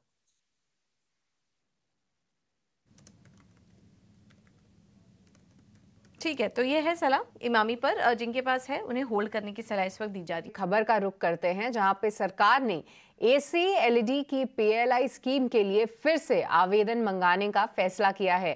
15 जुलाई से 90 दिनों के लिए पीएलआई विंडो रीओपन किया गया है। आइए इसकी और डिटेल समझते हैं। हमारे सहयोगी समीर दीक्षित हमारे साथ जुड़ चुके हैं ये पूरी जानकारी देने के लिए। समीर, बताइए क्या कुछ और न्यूज़ फ्लो है इस खबर से रिलेटेड और साथ ही क्या कुछ और डिटेल सामने निकल कर आ रही हैं? यानी कि प्रोडक्शन लिंक इंसेंटिव स्कीम से जुड़ी हुई अहम खबर। सरकार ने व्हाइट गुड्स में एसी कंपोनेंट मैन्युफैक्चरिंग और एलईडी कंपोनेंट के लिए जो पीएलआई स्कीम है उसमें आवेदन मंगाने की तारीख को और आगे बढ़ा दिया है। 90 दिनों के लिए इस विंडो को दोबारा खोला गया है, जो कि 15 जुलाई से इसकी शुरुआत होगी। 15 जुलाई से 12 अक्टूबर के लिए पीएलआई स्कीम के लिए यह आवेदन मंगाने की तारीख को और इस विंडो को दोबारा खोला गया है। और ये पीएलआई स्कीम जुड़ी हुई है व्हाइट गुड सेक्टर से, जिसमें कि एसी कंपोनेंट या फिर एलईडी सेगमेंट से जुड़ी हुई यह स्कीम है। और इसमें जो भी इच्छुक एप्लीकेंट हैं वो अप्लाई कर सकते हैं। यही नहीं, जो स्कीम की बारीकियां हैं उसमें इस बात का भी जिक्र है कि जो मौजूदा लाभार्थी हैं वो भी, ये विंडो ओपन हुई है, वो इसमें भी अप्लाई कर सकते हैं। लेकिन जो भी अप्लाई करेगा उसको अगले 3 सालों के लिए ही इसका लाभ मिल पाएगा। यानी कि साल 2021 में जब पीएलआई स्कीम की शुरुआत की गई थी तो इसको 7 सालों के लिए इसको ओपन किया गया था। इस स्कीम को चलाने की योजना थी सरकार की। तो अब जब इसमें विंडो को दोबारा ओपन किया गया एप्लीकेशन मंगाने के लिए, तो इसमें अब सिर्फ अगले जो बचे हुए साल हैं सिर्फ उन्हीं का इंसेंटिव इसमें मिल पाएगा। तो सरकार को उम्मीद है कि इसमें नए प्लेयर्स भी आएंगे और ये मेक इन इंडिया मिशन के लिए काफ़ी मददगार साबित होगा। और इस सेगमेंट में, व्हाइट गुड सेगमेंट में, जो आत्मनिर्भरता की सरकार की कोशिश है कि यहीं पर सामान बने और वो डोमेस्टिक कंजम्पशन के लिए पर्याप्त मात्रा में उपलब्ध हो पाए, इंडस्ट्री अपने पैरों पर खड़ी हो पाए, तो उसके लिए सरकार ने एक अहम कदम उठाया है, जिसमें व्हाइट गुड्स, एसी कंपोनेंट और एलईडी कंपोनेंट के लिए सरकार ने व्हाइट गुड सेगमेंट में पीएलआई स्कीम में आवेदन मंगाने की तारीख को और आगे बढ़ाया है। इस विंडो को दोबारा ओपन किया गया है और तारीख आपको दोबारा बता देता हूं कि 15 जुलाई से 12 अक्टूबर के लिए, यानी कि 90 दिनों के लिए इस विंडो को ओपन किया गया है। और आप अगर इस स्कीम का लाभ उठाना चाहते हैं तो आप अप्लाई कर सकते हैं। ठीक है, बहुत बहुत शुक्रिया समीर ये पूरी जानकारी देने के लिए। तो पीएलआई विंडो, एसी और एलईडीज के लिए फिर से रीओपन किया गया है। 15 जुलाई से फिर से पीएलआई का जो विंडो है वो रीओपन होगा। और आइए कुछ एक काउंटर्स पर भी चर्चा कर लेते हैं, क्योंकि अभी तक जो पीएलआई की ये स्कीम थी इसमें 66 एप्लीकेंट्स थे और उनकी तरफ से लगभग 7,000 करोड़ के जो इन्वेस्टमेंट्स थे उनका उन्होंने डिटेल्स दी थी कि वो फेज मैनर में ये सारे इन्वेस्टमेंट्स करेंगे। पर अब कौन से काउंटर्स फोकस में रहने चाहिए, टेक्निकली एक बार समझ लेते हैं हमारे एक्सपर्ट से कि क्या कोई स्टॉक जो है इस खबर के चलते आप फोकस में देख सकते हैं। और किरण, अगर हम एसीज की बात करें तो कुछ एक दिग्गज कंपनीज जैसे कि वोल्टास और हैवेल्स पे एक बार अपना नजरिया बताइए और साथ ही पीजी टेक्नोप्लास्ट पर भी राय दीजिए। क्या इन तीनों में से कोई स्टॉक ट्रेडेबल लग रहा है आपको? सो वोल्टास और हेवल्स को पहले अगर हम देखें तो कहीं ना कहीं दोनों स्टॉक्स में एक अच्छी खासी रैली आने के बाद कंसोलिडेशन फेज के अंदर है। ये दोनों स्टॉक में से हेवल्स कहीं ना कहीं एक ट्रेडेबल स्टॉक है, जहाँ पे 20 दिन की मूविंग एवरेज को लेके हेवल्स हम देख रहे हैं कि वापस अपने higher top higher bottom pattern के अंदर रिज्यूम हो रहा है। एक अच्छे सा खासा जो सपोर्ट हम बोले देखे तो कहीं ना कहीं 1840 के आसपास हमें देखने को मिल रहा है। सो कहीं ना कहीं जब तक 1840 का जो लेवल है वो ब्रेक नहीं होता है तब तक मेरे हिसाब से हेवल्स के अंदर हम लॉन्ग करके जा सकते हैं। और दूसरा, अगर एसीज के रिलेटेड ही अगर कोई स्टॉक हमें देखना है तो अंबर एंटरप्राइज के ऊपर आप ध्यान रख सकते हो। फंडामेंटली काफी अच्छा स्टॉक है। डेली चार्ट के भी ऊपर आप अंबर एंटरप्राइज का चार्ट देखोगे सो कहीं ना कहीं एक राउंडिंग बॉटम पैटर्न और फ्लैग पैटर्न बन रहा है। जो करंट मार्केट प्राइस से 4500 के ऊपर है तब तक हम लॉन्ग कर सकते हैं। एक पोजिशनल स्टॉप लॉस जो रखना है वो 4400 का रखना है और जब तक ये 4400 का लेवल नीचे में ब्रेक नहीं होता है तब तक चांस है कि अंबर एंटरप्राइज में हम अच्छे खासे टारगेट जैसे कि 5000 तक के टारगेट भी हम देख सकते हैं। तो डेफिनेटली अंबर एंटरप्राइज में हमारा हाई कन्विक्शन पिक है। राइट, तो अंबर एंटरप्राइज ये काउंटर आप जरूर ध्यान में रखिए। पर किरण, क्विकली एक बार दो और काउंटर्स पे आपसे राय जानना चाहेंगे। डिक्सन टेक्नोलॉजीज, ये एलईडीज के लिए ये काउंटर फोकस में रह सकता है। हालांकि एक ज़बरदस्त मूव इस काउंटर ने ऑलरेडी दिखाया है, पर क्या अभी भी ये स्टॉक स्ट्रॉन्ग है चार्ट्स पे? और साथ ही क्रॉम्पटन ग्रीव्स, यहाँ पर भी अपनी राय दीजिए। क्या नज़रिया रखते हैं यहाँ पे आप किरण? सो डिक्सन की अगर हम बात करें तो एक आपने जैसे बताया अच्छा खासा एक होलिस्टिकली बुल रन हमने देख लिया है। अगर लास्ट जून की बात करें तो स्टॉक 3000 के आसपास था, अभी स्टॉक 12000 के आसपास है। तो अच्छा खासा रिटर्न 4 टाइम्स हमने देख लिया है। तो करंट मार्केट प्राइस पे तो ऐसा कोई करंट फ्रेश बाइंग का व्यू नहीं है। कहीं ना कहीं मोमेंटम इंडिकेटर भी एक्सट्रीम ओवरसोल्ड ओवरबॉट टेरिटरी में है। तो मेरे हिसाब से जिनके पास है वो होल्ड रख सकते हैं। कोई भी गिरावट आती है तो गिरावट में हम बाई का सोच सकते हैं। एक पोजिशनल स्टॉप लॉस जो यहाँ बन रहा है वो 11400 का बन रहा है। अगर 11400 का लेवल ब्रेक हुआ तो ये स्टॉक में कुछ प्रॉफिट बुकिंग आ सकती है, अदरवाइज तब तक बाय ऑन डिप्स की ही स्ट्रेटेजी रहेगी। करंट मार्केट प्राइस पे तो हम बाई नहीं बोलेंगे, कहीं ना कहीं कोई डिप आता है तो वहां पे लॉन्ग कीजिए। अब क्रॉम्पटन ग्रीव्स की अगर हम बात करें तो कहीं ना कहीं ये चार्ट पैटर्न जो डेली चार्ट के ऊपर हम देख रहे हैं अपने प्रीवियस रेजिस्टेंस मतलब सितंबर 2022 में ये स्टॉक 420 के ऊपर ट्रेड कर रहा था। उसके बाद एक होलिस्टिकली डाउनफॉल हमने देखा है 250 240 के आसपास बॉटम बना के वापस ये अभी 420 के आसपास है। तो जब तक ये स्टॉक 400 के ऊपर है कोई भी गिरावट आती है लॉन्ग कीजिए, करंट मार्केट प्राइस से भी हम लॉन्ग करके जा सकते हैं। अगर 400 का लेवल इंटैक्ट रहता है तो आने वाले समय में हम 500 तक के भी टारगेट यहाँ पे देख सकते हैं। तो Crompton can be a good by at current market price. ठीक है, क्रॉम्पटन एक ठीक बाय हो सकता है आपके लिए। अच्छा वैशाली जी जरा आप बताइए एल&टी आपको कैसा लग रहा है? कल हमने देखा था कि डे लो से ठीक ठाक रिकवर करके ये शेयर ग्रीन टेरिटरी में बंद हुआ है और मिडिल ईस्ट से इनको कुछ बड़े ऑर्डर मिले हैं, सेमीकंडक्टर को लेकर भी अच्छे प्लान्स हैं। तो अक्रॉस द वर्टिकल्स कुछ कुछ अच्छी न्यूज़ आ रही है और ऑर्डर बुक भी लगातार बढ़ रही है। ये तो फंडामेंटल्स हो गए। चार्ट्स क्या सजेस्ट कर रहे हैं आपको? तो चार्टिकली भी हम कई बार देख चुके हैं बट कंसोलिडेशन में ही रहा है। सो आई थिंक एक बार इट इज वेरी इसेंशियल कि ये 3700 के ऊपर क्लोज आए तो फर्दर कन्विक्शन आ सकता है towards projected target of 3800 to 4000 levels. तो फिलहाल एक सपोर्ट पे जरूर है, 3500 के सपोर्ट के साथ इसको कंसिडर किया जा सकता है बट 3700 को क्रॉस करना आवश्यक है बिकॉज कई दिनों से हम देख रहे हैं वॉल्यूम आता है but then the momentum fizzles out. So 3700 के ऊपर और भी कन्विक्शन बढ़ेगा। 300 के ऊपर कन्विक्शन बढ़ेगा एल&टी के शेयर में। एक और शेयर कल जहां पर हमने लोअर लेवल से अच्छी रिकवरी देखी और डे हाई पर क्लोजिंग दी वो है बाटा इंडिया का। 1530 रुपए के ऊपर की क्लोजिंग। आयुष, बाटा क्या ट्रेड के मौके इस शेयर में बनेंगे? डेफिनेटली बाटा इंडिया काफी अच्छा स्टॉक है। मेरा अगर जो एक और मैंने स्टॉक निकाला था वो बाटा इंडिया ही था। बाटा इंडिया की अगर हम यहाँ पे बात करें तो इसकी डेली चार्ट पे एक फ्लैग पैटर्न का फॉर्मेशन है प्लस अपने 200 डे मूविंग एवरेज में काफी टाइम से स्टॉक सपोर्ट दे रहा था और इसने कल के सेशन में एक ब्रेकआउट दिया है सारे इंपॉर्टेंट मूविंग एवरेजेस के ऊपर चल रहा है। डेफिनेटली बाटा इंडिया को भी यहाँ से बाय किया जा सकता है अपना टारगेट ऑफ 1600। यहाँ पे जो आपको स्टॉप लॉस मेंटेन करना है 1499 रुपीज का रहेगा। 1499 रुपीज का आपको स्टॉप लॉस मेंटेन करके चलना है बाटा इंडिया में। Utkarsh small finance bank, small finance bank का जो प्रदर्शन रहा है बड़े बैंकों के मुकाबले डिपॉजिट ग्रोथ के मामले में या फिर बाकी पैरामीटर्स पर, वो हाल फिलहाल जो अपडेट आए हैं वो ठीक ठाक रहे हैं। 50 रुपए का हालांकि भाव है। अपडेट ये है कि गोविंद सिंह को एमडी एंड सीईओ पद पर नियुक्ति की मंजूरी दी है। उत्कर्ष एसएफबी, ये जरा आप चेक कीजिए वैशाली जी, कैसा लग रहा है स्ट्रक्चर आपको इसका? सो ये भी एक लॉन्ग कंसोलिडेशन में ही है। इट्स वेरी इसेंशियल दैट अगर ये 55 का एक रेजिस्टेंस बन रहा है, द बेस्ट पार्ट इज कि फिलहाल अभी रेजिस्टेंस पे है अबाउ 50 जो होता है तो फिर नियर टर्म टारगेट 55 है। 55 के ऊपर सस्टेन करता है तो you can expect a target of 60 63। तो ये लेवल रिस्क रिवॉर्ड रेशियो के हिसाब से भी सही है। 48 रुपीज की स्टॉप लॉस के साथ ये कंसिडर किया जाता है।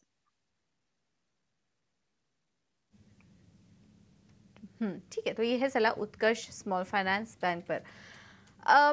किरण जी, डेल्टा कॉर्प पर आज क्या करें? आज कंपनी के नतीजे भी आएंगे और नतीजों के पहले ही कल के दिन हमने देखा कि स्टॉक ऑलरेडी 9% की तेजी कल दिखा चुका था डेल्टा कॉर्प का और काफ़ी अच्छी क्लोजिंग के साथ यहाँ पर डेल्टा कॉर्प कल का चार्ट एक बार आप दिखाएं आपको, तो कल के दिन हमने देखा कि करीब 7% ऊपर ये एक स्टॉक बंद भी हुआ और आज कंपनी के नतीजे भी आने वाले हैं। किरण जी, डेल्टा कॉर्प के चार्ट्स कैसे लग रहे हैं आपको?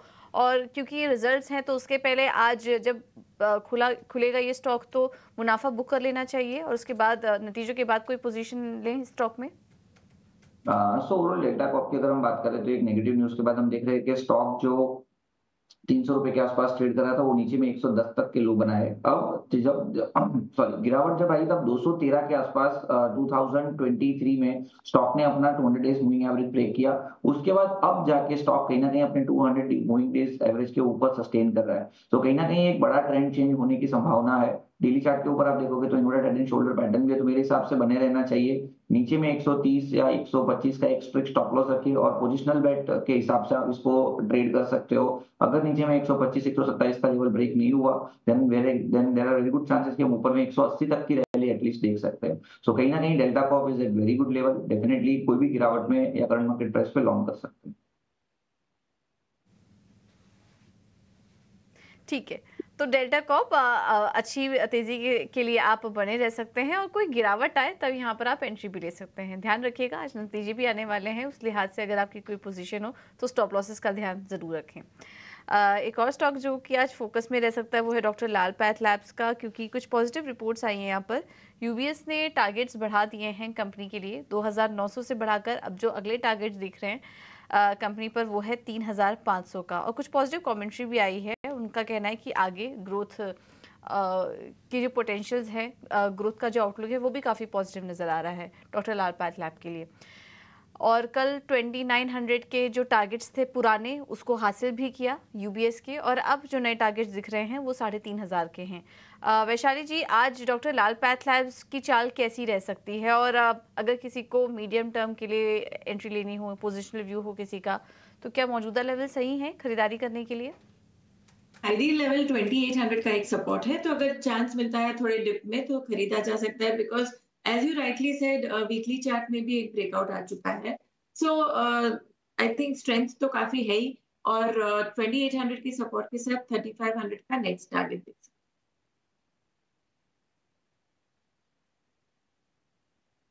सर, आज रिपोर्ट भी आई है और कुछ समय से हम देख रहे हैं कि जितने भी डायग्नोस्टिक काउंटर्स हैं इनमें एक अच्छा एक्शन है, पर आज कॉनकॉर भी फोकस में रहेगा, क्योंकि यहाँ पे जो ऑपरेशनल अपडेट्स आए हैं वो अनुमान से थोड़े कमज़ोर देखने को मिले हैं, और जो खास तौर से इनका एग्जिम का जो उन्होंने ग्रोथ दिखाई है वो इनकी फुल गाइडेंस को मैच नहीं कर पाएगी। आने वाले अगर 3 क्वार्टर्स को भी अगर हम देखें तो उससे शायद थोड़ी सी निराशा हाथ ज़रूर लग सकती है।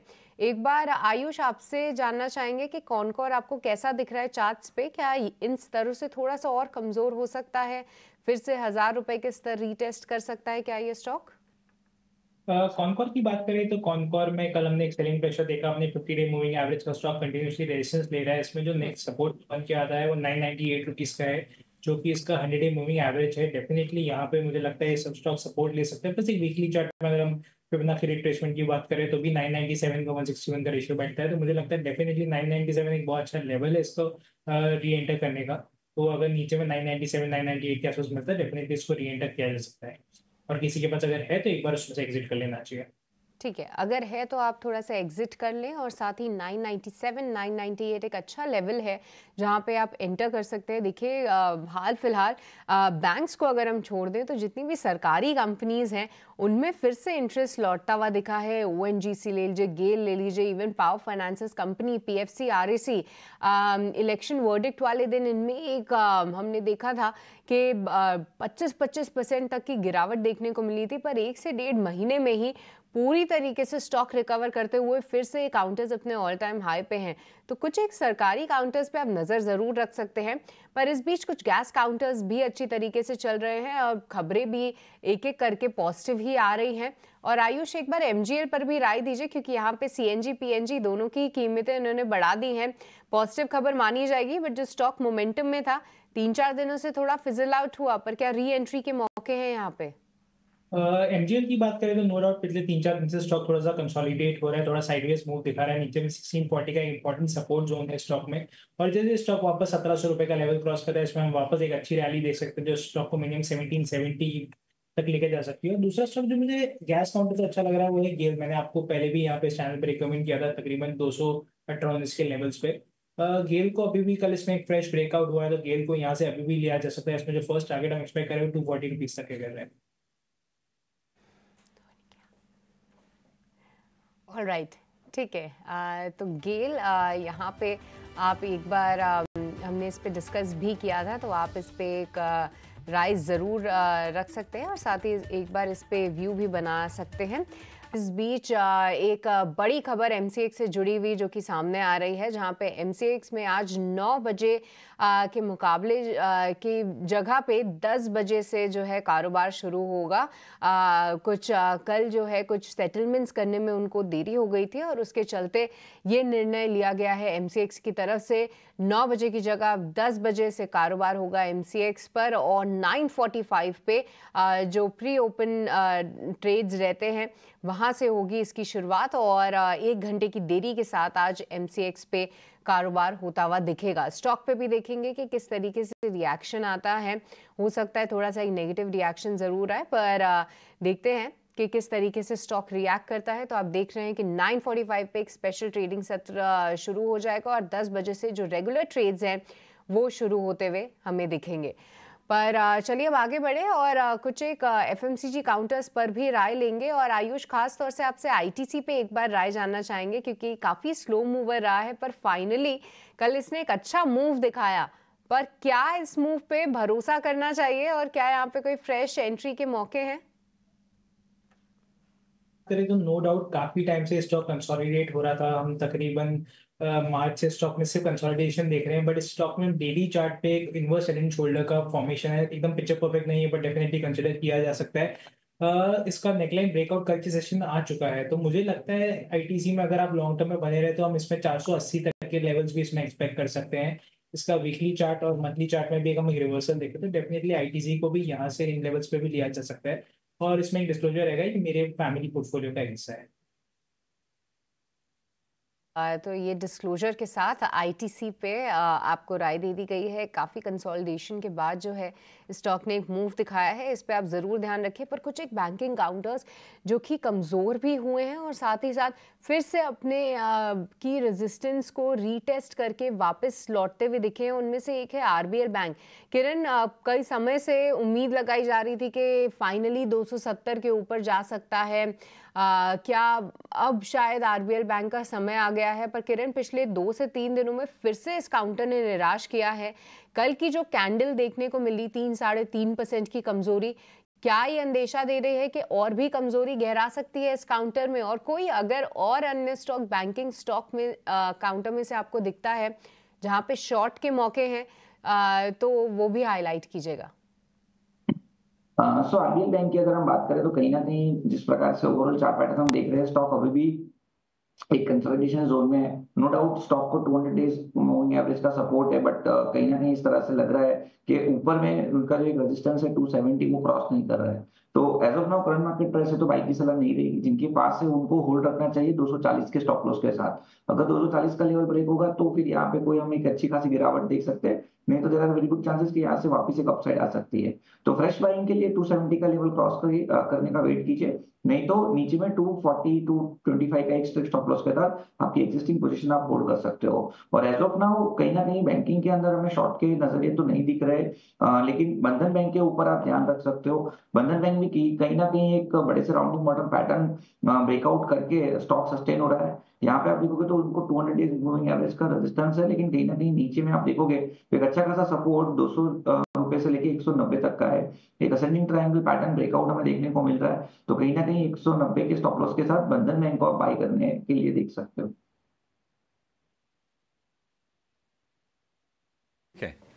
चलिए, बंधन बैंक को लेकर बुलिश हैं किरण, 204 रुपए का भाव है। एक और एक्सपर्ट हमारे जुड़ गए हैं, अभिषेक जैन। अभिषेक, बहुत शुक्रिया आपका समय देने के लिए। स्वागत है आपका 18 स्वदेश पर। हम देख रहे हैं अभिषेक की मार्केट में थोड़ी सी चर्निंग हो रही है और लोग सेफ्टी की तरफ थोड़ी जाते हुए दिख रहे हैं। फार्मा स्टॉक्स हो या फिर डायग्नोस्टिक वाले स्टॉक्स हो, वो थोड़े से चल रहे हैं।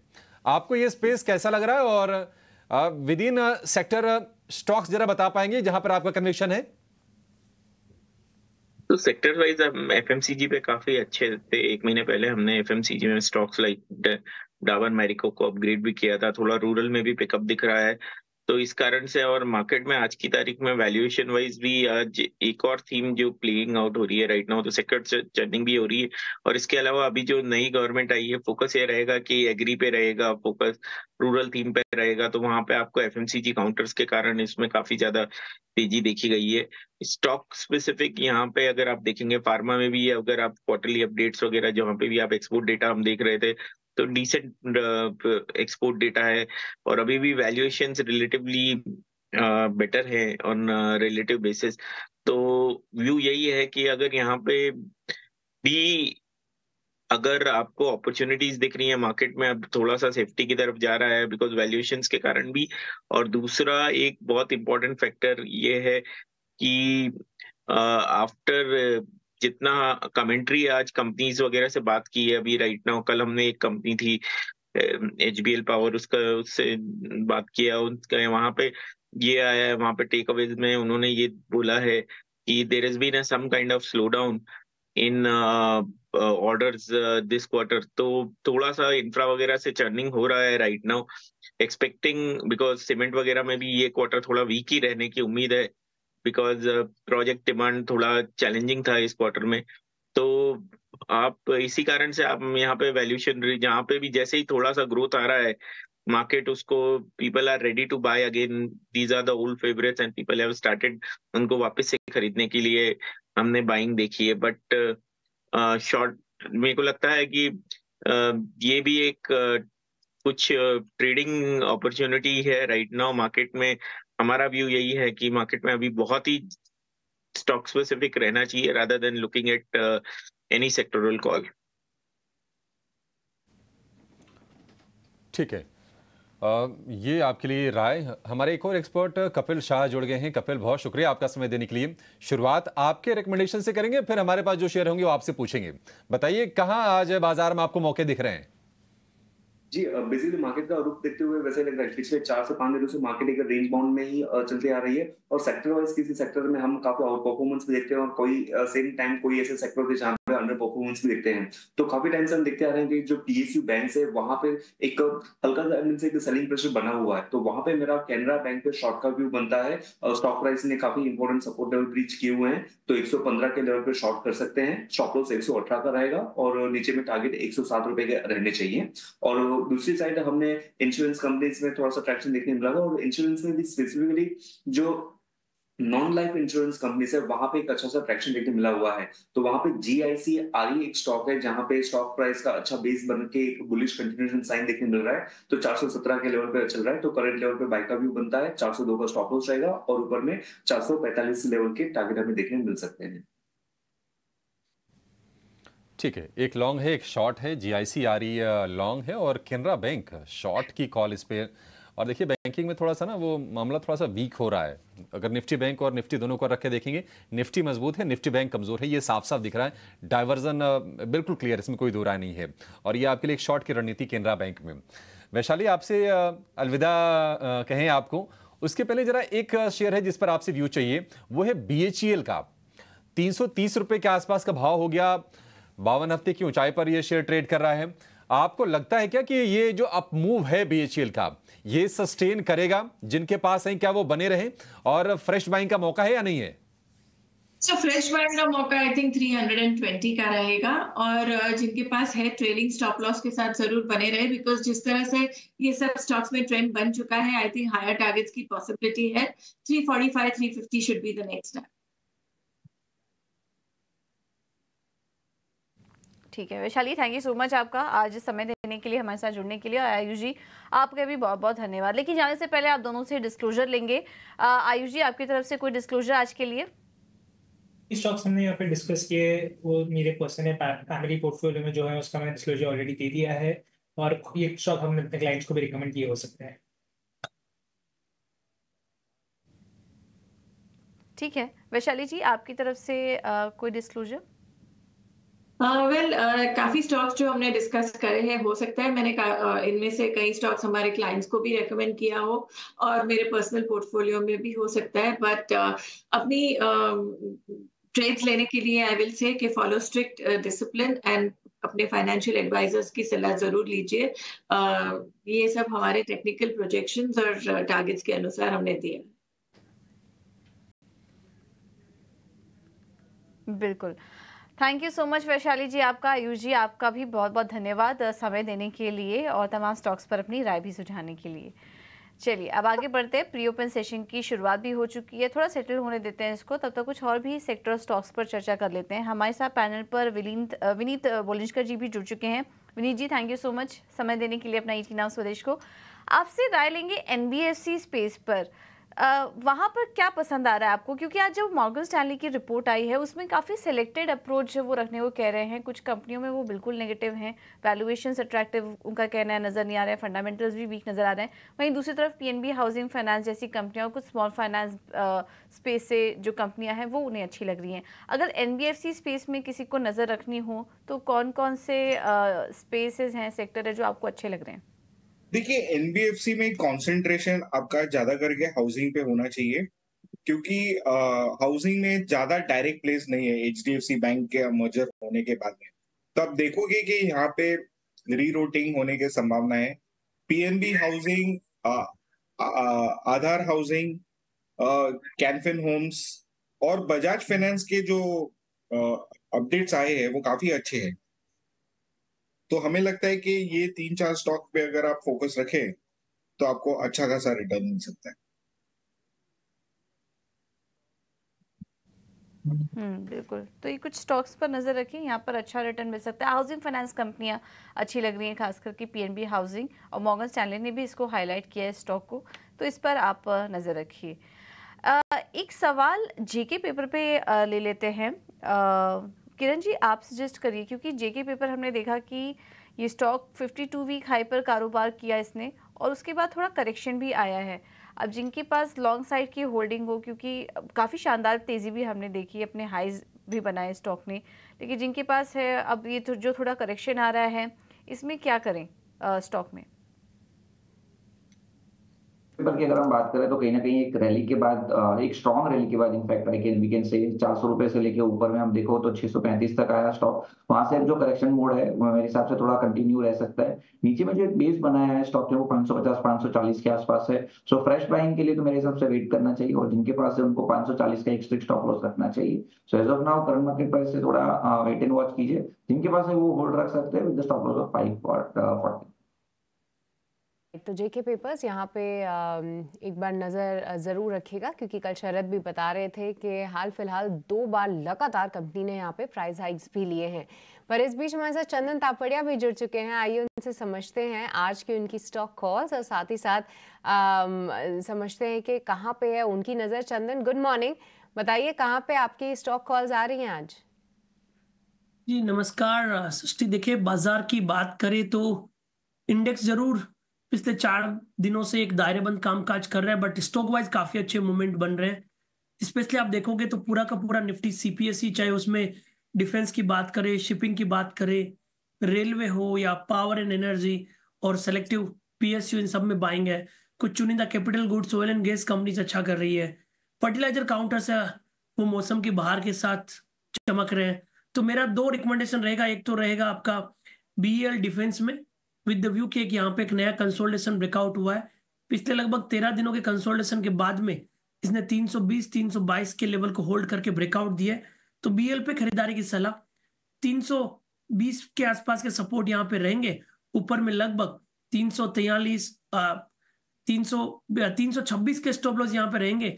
ऊपर में लगभग 350 तक के टारगेट के लिए। दूसरा ट्रेड रहेगा फैक्ट। फर्टिलाइजर काउंटर काफी अच्छे लग रहे हैं। फैक्ट ने वीकली चार्ट में नेरो रेंज प्राइस पैटर्न का ब्रेकआउट दिया है।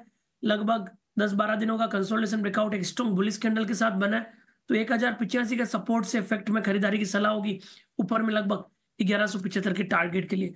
और अंतिम ट्रेड वो रहेगा बीएचईएल। इलेक्शन डेज का हाई अभी निकला है, इसलिए मोमेंटम होगा, शॉर्ट कवरिंग भी बनेगी। तो 320 के सपोर्ट से 343 के टारगेट यहाँ पे बनेंगे। तो बीएल, बीएचईएल और फैक्ट, ये 3 स्टॉक रहेंगे 3 सेक्टर से जो यहाँ पे आउट परफॉर्म करने चाहिए।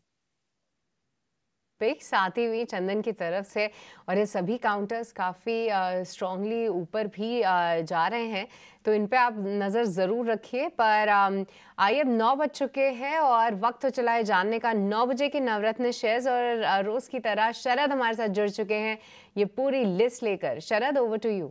जी बिल्कुल, सबसे पहले Q1 अपडेट्स पे फोकस करेंगे। कंटेनर कॉर्प के नतीजे जो हैं, weak set of operational numbers देखने मिले हैं। 6% ही सिर्फ वॉल्यूम ग्रो किया, और अगर एक्सएम की बात करें, एक्सपोर्ट इंपोर्ट की वॉल्यूम्स की, तो वो सिर्फ 3% ही बढ़ा है ईयर ऑन ईयर बेसिस पे।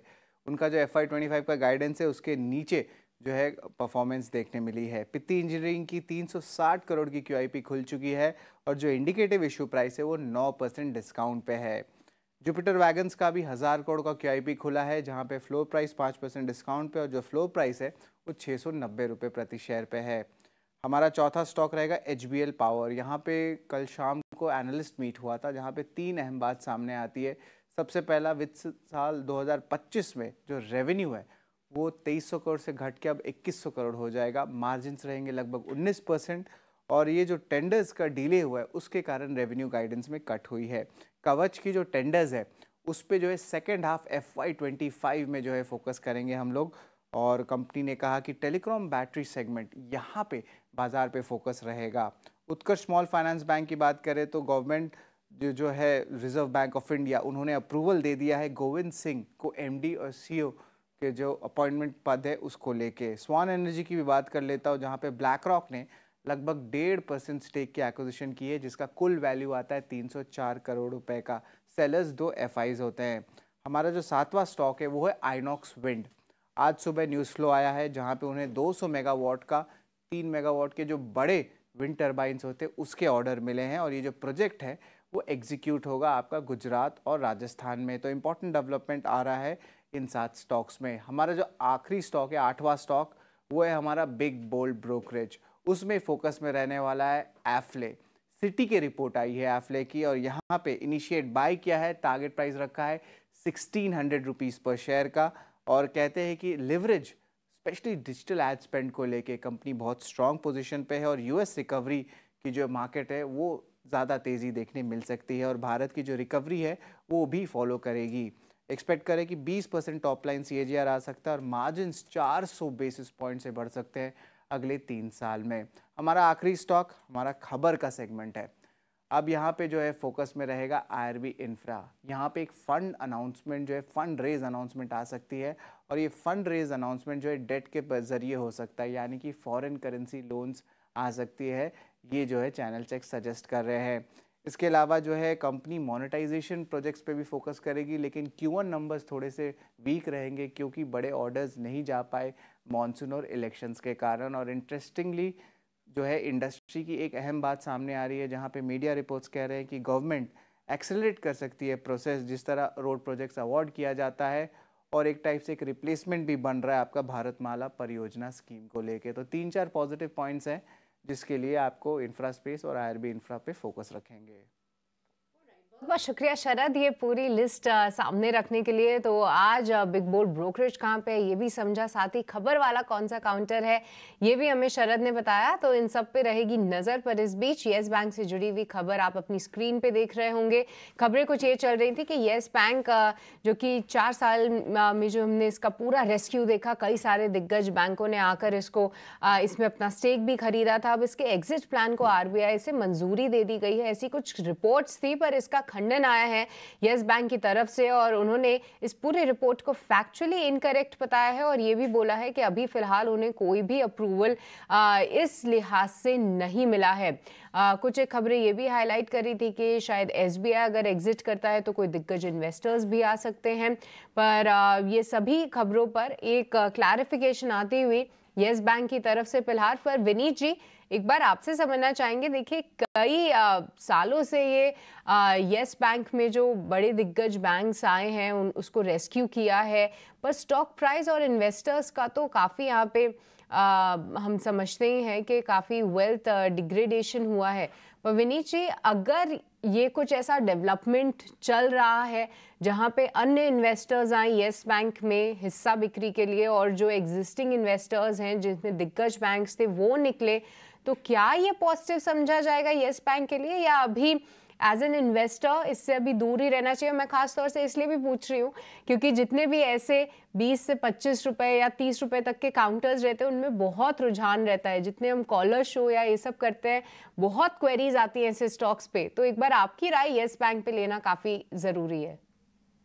देखिए, जिन्होंने येस बैंक को सहारा दिया था जैसे SBI है, कोटक है वगैरह, तो ये डेफिनेटली बेचने को उत्सुक रहेंगे क्योंकि ये कॉन्फ्लिक्ट ऑफ इंटरेस्ट होता है उनके बिजनेस के साथ में। हमें लगता है कि आगे जाके ये बैंक एक्वायर हो जाएगा और काफी इंटरनेशनल बैंक्स इसमें इंटरेस्टेड है, और हमें लगता है कि जो भी एक्वायर करेगा ये बिजनेस फ्रेंचाइज वो लगभग 3.5-4 टाइम्स बुक पे हो सकती है डील। अभी फिलहाल येस बैंक की वैल्यूएशन 2x के आसपास है, तो इस पे अगर आप प्योर एक्विजिशन प्ले के हिसाब से लेते हैं तो आपको इसमें फायदा हो सकता है। ये मेरी एनालिसिस है येस बैंक के बारे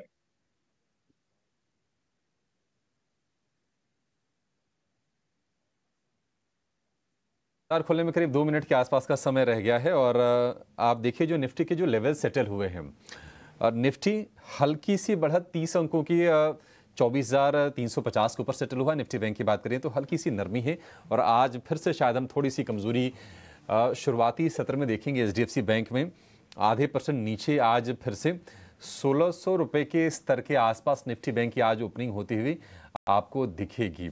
तो ये आप तैयारी कर लीजिए, 1650 रुपये का भाव HDFC बैंक का। लेकिन कंजम्पशन वाला जो स्पेस है वो बजिंग है। आप देखिए Britannia, Nestle, Tata consumer, ITC, ये तमाम शेयर आज मजबूती के साथ कारोबार करते हुए आपको कम से कम शुरुआती सत्र में दिखाई देंगे, ऐसे संकेत निकल के आ रहे हैं। एडवांस डिक्लाइन रेशियो वो ठीक है, उसमें कोई दिक्कत नहीं है फिलहाल। तो करीब करीब 1350 शेयर ऊपर खुलेंगे, 300 शेयर नीचे खुलते हुए आपको दिखाई देंगे। लेकिन बैंकिंग से HDFC बैंक के अलावा एक्सिस बैंक ये भी कमजोर आपको दिखेगा और जो बड़े वेटेज वाले शेयर है वहां पर नजर आप जरूर रखिएगा। रिलायंस पर जरूर नजर रखिएगा, रिलायंस भी थोड़ी सी कमजोर शुरुआत के संकेत दे रहा है। इसके अलावा TCS, उसका वेटेज ठीक ठाक है, TCS में भी 0.25% के आसपास की कमजोरी पर शुरुआत होगी।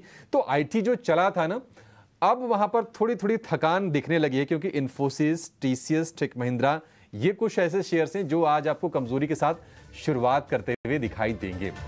लेकिन हल्की बढ़त पर शुरुआत होगी निफ्टी की और हल्की कमजोरी पर आज शुरुआत होगी निफ्टी बैंक की।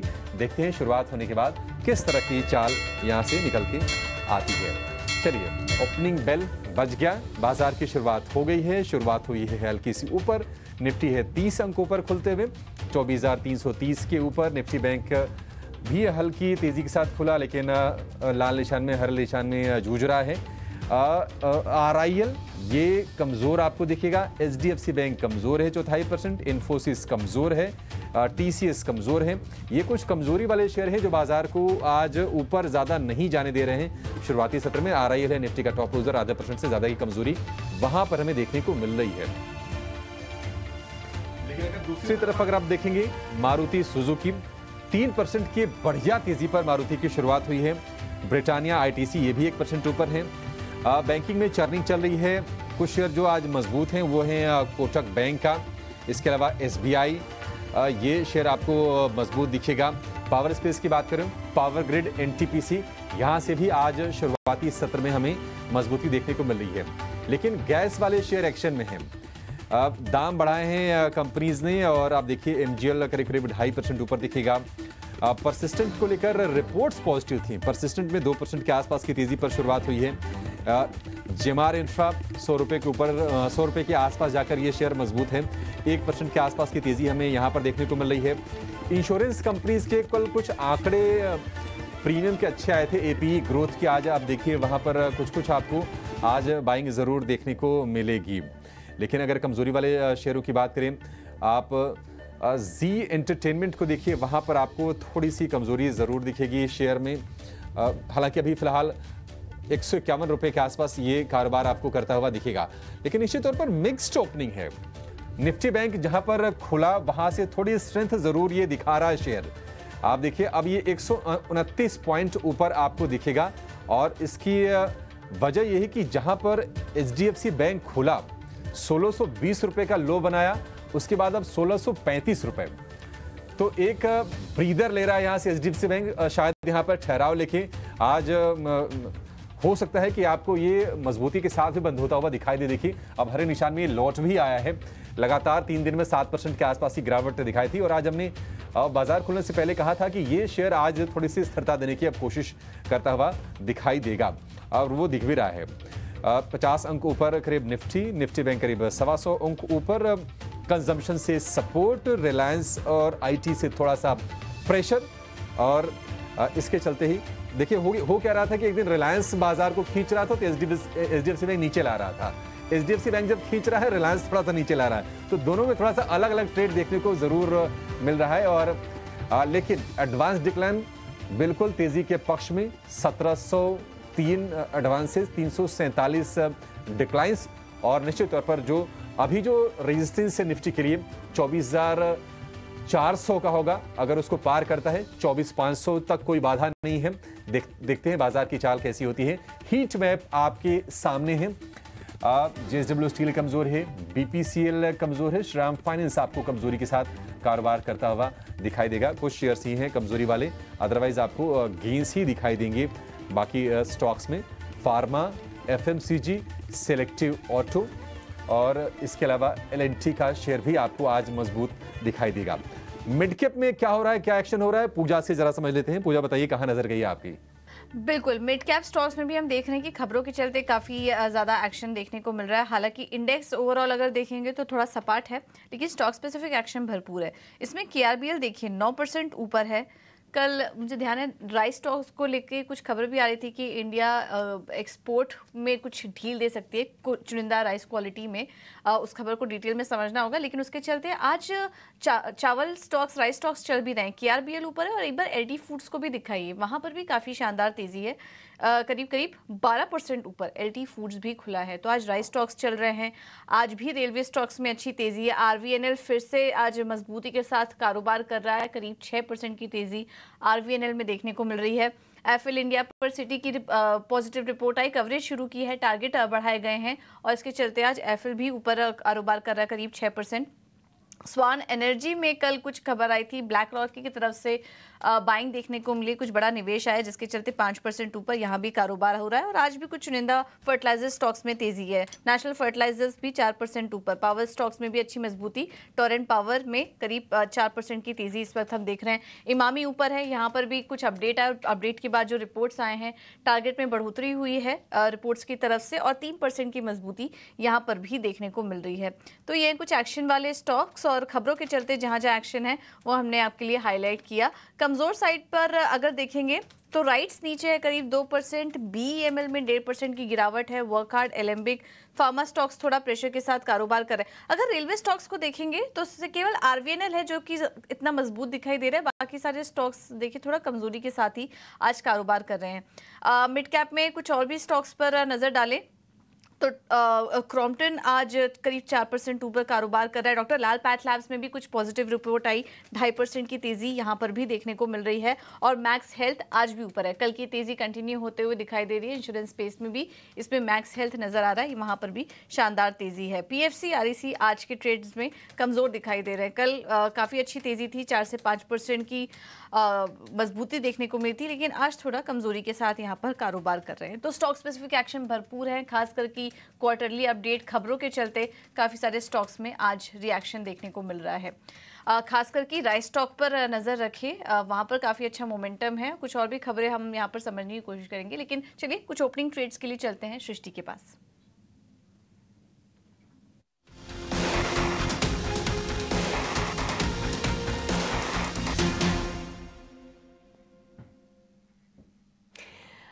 तो चलिए अपने एक्सपर्ट से अब ओपनिंग ट्रेड्स लेना शुरू करेंगे, पर उस बीच एक बार मारुति सुजुकी पे नज़र डाल लेते हैं क्योंकि वो निफ्टी का टॉप गेनर है।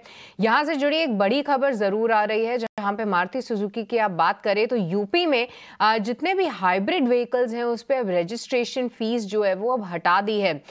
इससे क्या होगा कि जितनी भी स्ट्रॉन्ग हाइब्रिड गाड़ियाँ हैं जैसे कि मारुति सुजुकी ग्रैंड विटारा, उस पर रजिस्ट्रेशन फीस हटाने से जो गाड़ियों के दाम हैं वो 2 से 3 लाख सस्ते हो जाएंगे। और साथ ही माना यह भी जा रहा है क्योंकि अब यूपी में ये कदम उठाया गया है जो कि एक बड़ा मार्केट है पैसेंजर व्हीकल के लिए, ये अन्य स्टेट्स में भी हो सकता है कि रेप्लिकेट हो जाए और ये कि बड़ा बूस्टर साबित हो सकता है मारुति सुजुकी के लिए। और इसी के दम पे आप देखिए लगभग 4% की तेजी जो है ये काउंटर आपको दिखा रहा है। तो मारुति सुजुकी आज दिन भर फोकस में जरूर रहेगा। हालांकि कुछ दिनों से ये स्टॉक में थोड़ी सी पिटाई इसकी जरूर हुई थी, पर निचले स्तरों से स्ट्रांगली रीबाउंड करते हुए मारुति सुजुकी फिलहाल निफ्टी का टॉप गेनर बनता हुआ दिखा है। तो ये खबर जो कि हमने आपके लिए हाईलाइट करी। पर चलिए अब शुरू करते हैं हमारे एक्सपर्ट्स से उनके ट्रेडिंग आइडियाज़ लेना। हमारे साथ सभी एक्सपर्ट्स हमारे साथ मौजूद हैं एंड कपिल, आपसे सबसे पहले समझना चाहेंगे कहाँ पे हैं आपके ओपनिंग ट्रेड्स? बेसिकली काफी दिनों से हमें टाइल सेक्टर में काफी अच्छा एक मोमेंटम देखने में मिला हुआ था। फजाइल सिरामिक्स, सेरा सिरामिक्स में काफी एक अच्छा मूव और स्टार्ट का स्ट्रक्चर काफी अच्छे से बना हुआ है। तो मेरा अभी के लिए पिक सेरा सिरामिक्स रहेगा, जो ऑलरेडी 4% से ऊपर है, लेकिन एक फ्लैट पैटर्न का आज के दिन में एक ब्रेकआउट दे रहा है। पिछले काफी दिनों से जो उसका हर्डल लेवल था उसके ऊपर अभी स्टॉक आ रहा है। तो 9400 का स्टॉक है, यहाँ पे एक बाइक का व्यू बनता है करंट लेवल पे, और नीचे में इसके स्टॉप लॉस हमें रखने होंगे 9250 के लेवल की यहाँ पे, और ऊपर में हमें इसके 9600 से 9700 के टारगेट देखने मिल सकते हैं सेरा सिरामिक्स। ऑलराइट, तो सेरा सिरामिक्स यहाँ पे आप रखिए नज़र। यहाँ पे कॉल आती हुई कपिल की तरफ से। पर चंदन, हम आपसे समझना चाहेंगे, बताइए आपके स्टॉक आइडियाज़ कहाँ पे हैं? देखिए, मेरा फोकस यहाँ पे, अब मैं बहुत सारे काउंटर बात की, डिफेंस की, शिपिंग की या फिर फर्टिलाइजर की।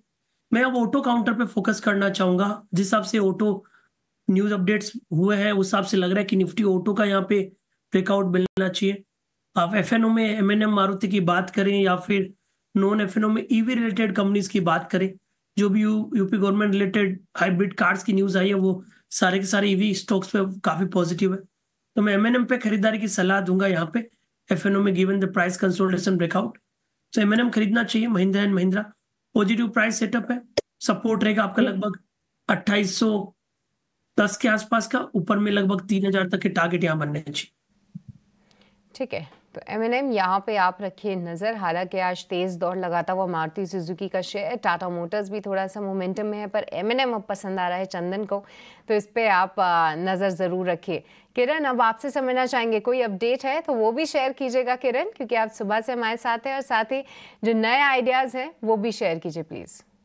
तो एज ऑफ नाउ जो एफएल हमने डिस्कस किया था वो तो एक बड़े गैप के साथ खुला है। कहीं ना कहीं अगर इसमें कोई गिरावट आती है तो वहां पे हम अभी भी काफी अच्छे बुलिश है, तो एक लॉन्ग पोजीशन क्रिएट कर सकते हैं। दूसरा, कहीं ना कहीं फार्मा सेक्टर के अंदर हमें लग रहा था कि जो स्टॉक्स है वो ऊपर आने चाहिए। अब उसमें भी डायग्नोस्टिक जो स्टॉक है, डॉक्टर लाल पैथ और मेट्रोपोलिस हेल्थ केयर, ये दोनों के ऊपर आप देखोगे तो लाल पैथ के अंदर एक अच्छा खासा मूव आ चुका है। और मेट्रोपोलिस का आप चार्ट देखोगे तो एक बड़ा सा राउंडिंग बॉटम पैटर्न ब्रेकआउट हमने देखा, उसके बाद का कंसोलिडेशन पैटर्न ब्रेकआउट लेआउट हो रहा है मेट्रोपोलिस के ऊपर। तो करंट मार्केट प्राइस 2060 2065 के आसपास चल रहा है स्टॉक। करंट मार्केट प्राइस से हमें लॉन्ग करना चाहिए। जो पोजिशनल स्टॉप लॉस यहाँ पे बन रहा है वो 2000 का बन रहा है। अगर जब तक मेट्रोपोलिस 2000 का लेवल ब्रेक नहीं करेगा तब तक मेट्रोपोलिस के अंदर there are very good chances के ऊपर में हम 23-2400 तक के टारगेट एक्सपेक्ट कर सकते हैं। So Metropolis as of now current market price से हमें काफी अच्छा लग रहा है, लॉन्ग करके जाना चाहिए।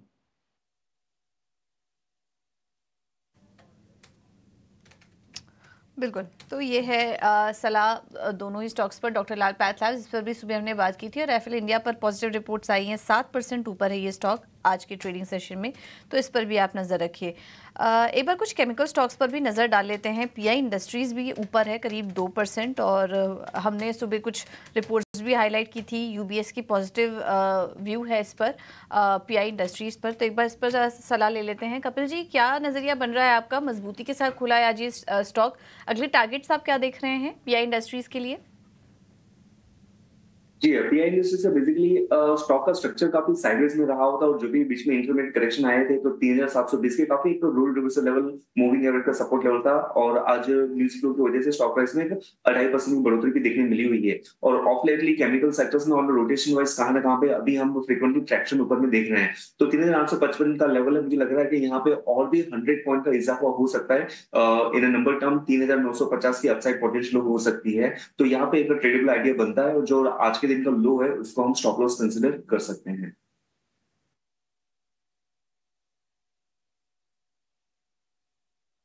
यह है नजरिया पीआई इंडस्ट्रीज पर। मौजूदा स्तरों पर भी खरीदारी करने की सलाह। आईसीआईसीआई लॉम्बार्ड, यहाँ पर भी अच्छी मजबूती हुई है, शुरुआत अच्छी है, और करीब 1.5% से ज्यादा की तेजी आईसीआईसीआई लॉम्बार्ड के स्टॉक में आज देखने को मिल रही है।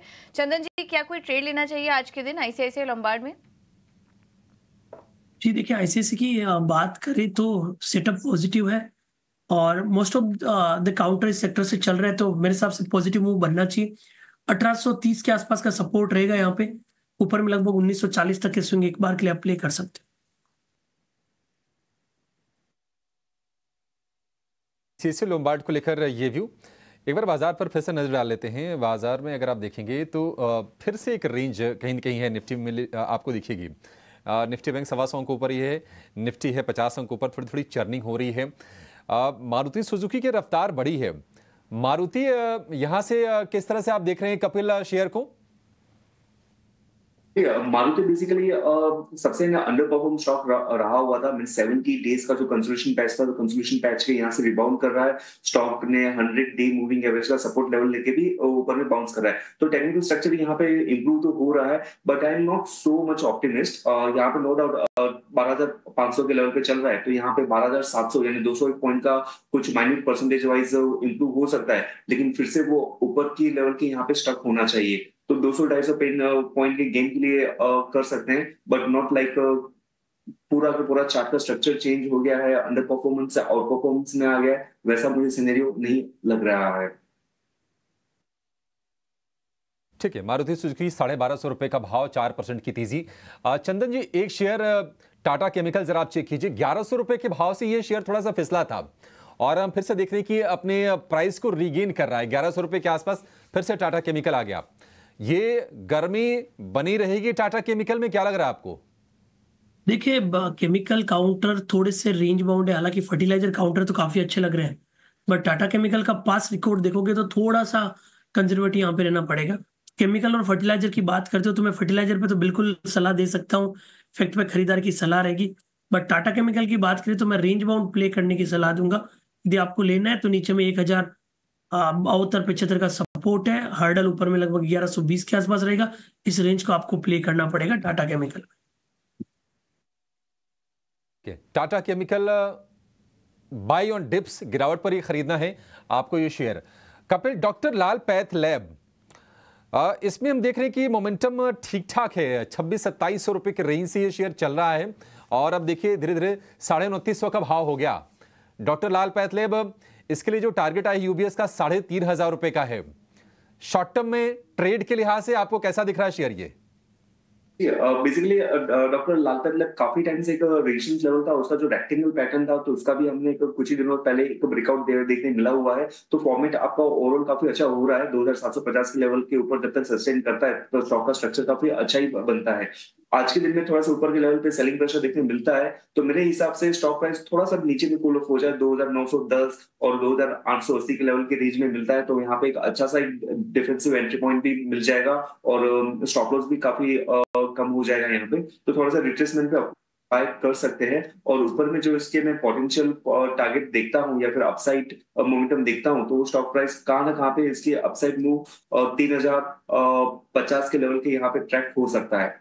तो बाय ऑन अ डिक्लाइन पे मेरा एक व्यू रहेगा इस पे। डॉक्टर लाल पैथ लैब को लेकर ये व्यू।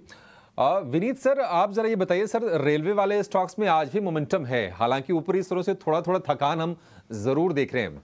आरवीएनएल आप देखिए आज 619 रुपए का हाई बनाया, फिलहाल आपको इसका भाव दिखेगा 575 रुपए के आसपास। जिनके पास और नीचे भाव के हैं, क्योंकि महीने भर में 50-55% ये शेयर चला है, प्रॉफिट टेकिंग के बारे में सोचना चाहिए या फिर बाय ऑन डिप्स करना चाहिए, बजट को ध्यान में रख के? 100% प्रॉफिट बुकिंग करना चाहिए।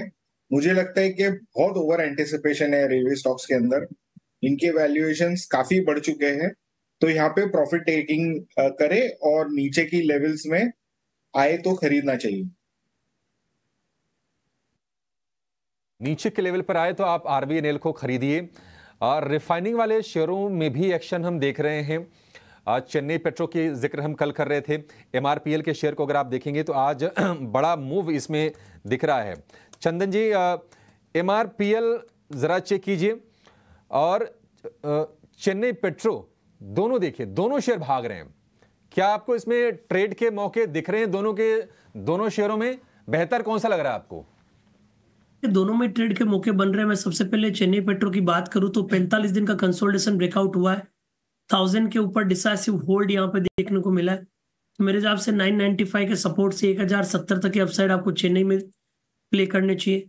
एमआरपीएल की बात करें तो यहाँ पे भी कंसोलिडेशन ब्रेकआउट हुआ है, बट चेन्नई कंपेरेटिवली ज्यादा अच्छा लग रहा है। एमआरपीएल की भी बात करें तो यहाँ पे भी लगभग आप देखोगे 45 दिन का कंसोलिडेशन ब्रेकआउट है, 226 का सपोर्ट सफिशिएंट रहेगा, ऊपर में 248 तक के टारगेट के लिए। 200, ठीक है। ये आपके लिए टारगेट्स हो गए। MRPL को भी खरीदने की सलाह है, 7% ऊपर ये शेयर कारोबार कर रहा है। CSC में भी हम एक्शन देख रहे हैं, सस्टेन्ड मूव है। एक समय था कि 120-25 के आसपास थोड़ा सा ठहराव दिखाया था शेयर ने, लेकिन उसके बाद हमने बढ़िया मोमेंटम इस शेयर में बनते हुए देखा है। 180 रुपए का भाव है और खबरें कुछ आ रही हैं कि शायद टैरिफ रिवीजन किया है CSC ने। विनीत सर, आपसे व्यू चाहेंगे इस पर। CSC कंपनी आपको कैसी लग रही है, और पावर स्पेस में अगर कुछ और मौके भी आपके हिसाब से अगर हैं तो वो भी हाईलाइट कीजिएगा। अच्छा ठीक है, विनीत सर से संपर्क टूट गया हमारा। चंदन जी, CSC पर व्यू दीजिए, चलेगा शेयर अभी? और ये बिल्कुल CSC पॉजिटिव है, और इनफैक्ट आई थिंक 2-3 दिन पहले भी हमने यहाँ पे आपके चैनल पे रिकमेंडेशन दिया था, और इनफैक्ट पिछले 3 दिनों से हम लगातार खरीदारी की सलाह इस काउंटर पे दे रहे हैं।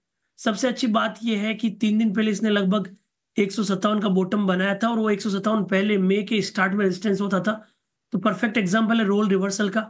तो 157 एग्जैक्टली टच करके हायर राइज हायर लोज बन रहा है। टेक्निकली देखें तो सेटअप पॉजिटिव है, मेरे हिसाब से पोजीशन कंटिन्यू रखनी चाहिए।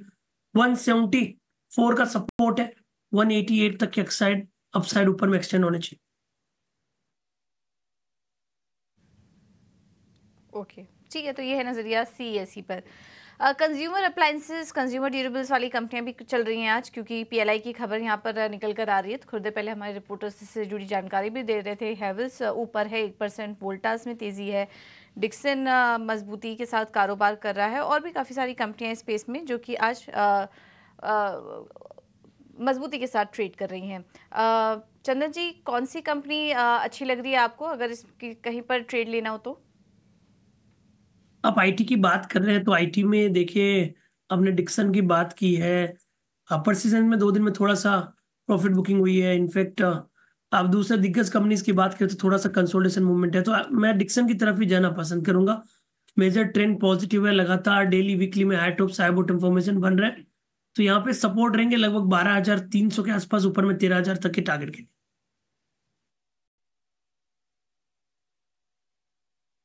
नहीं चंदन, मेरा सवाल होम अप्लायंसेस कंज्यूमर ड्यूरेबल कंपनियों को लेकर था। हैवेल्स, वोल्टास जैसी कंपनियां आज ऊपर है, ब्लू स्टार चल रहा है आज। तो इन कंपनियों पर क्या नजरिया बन रहा है आपका?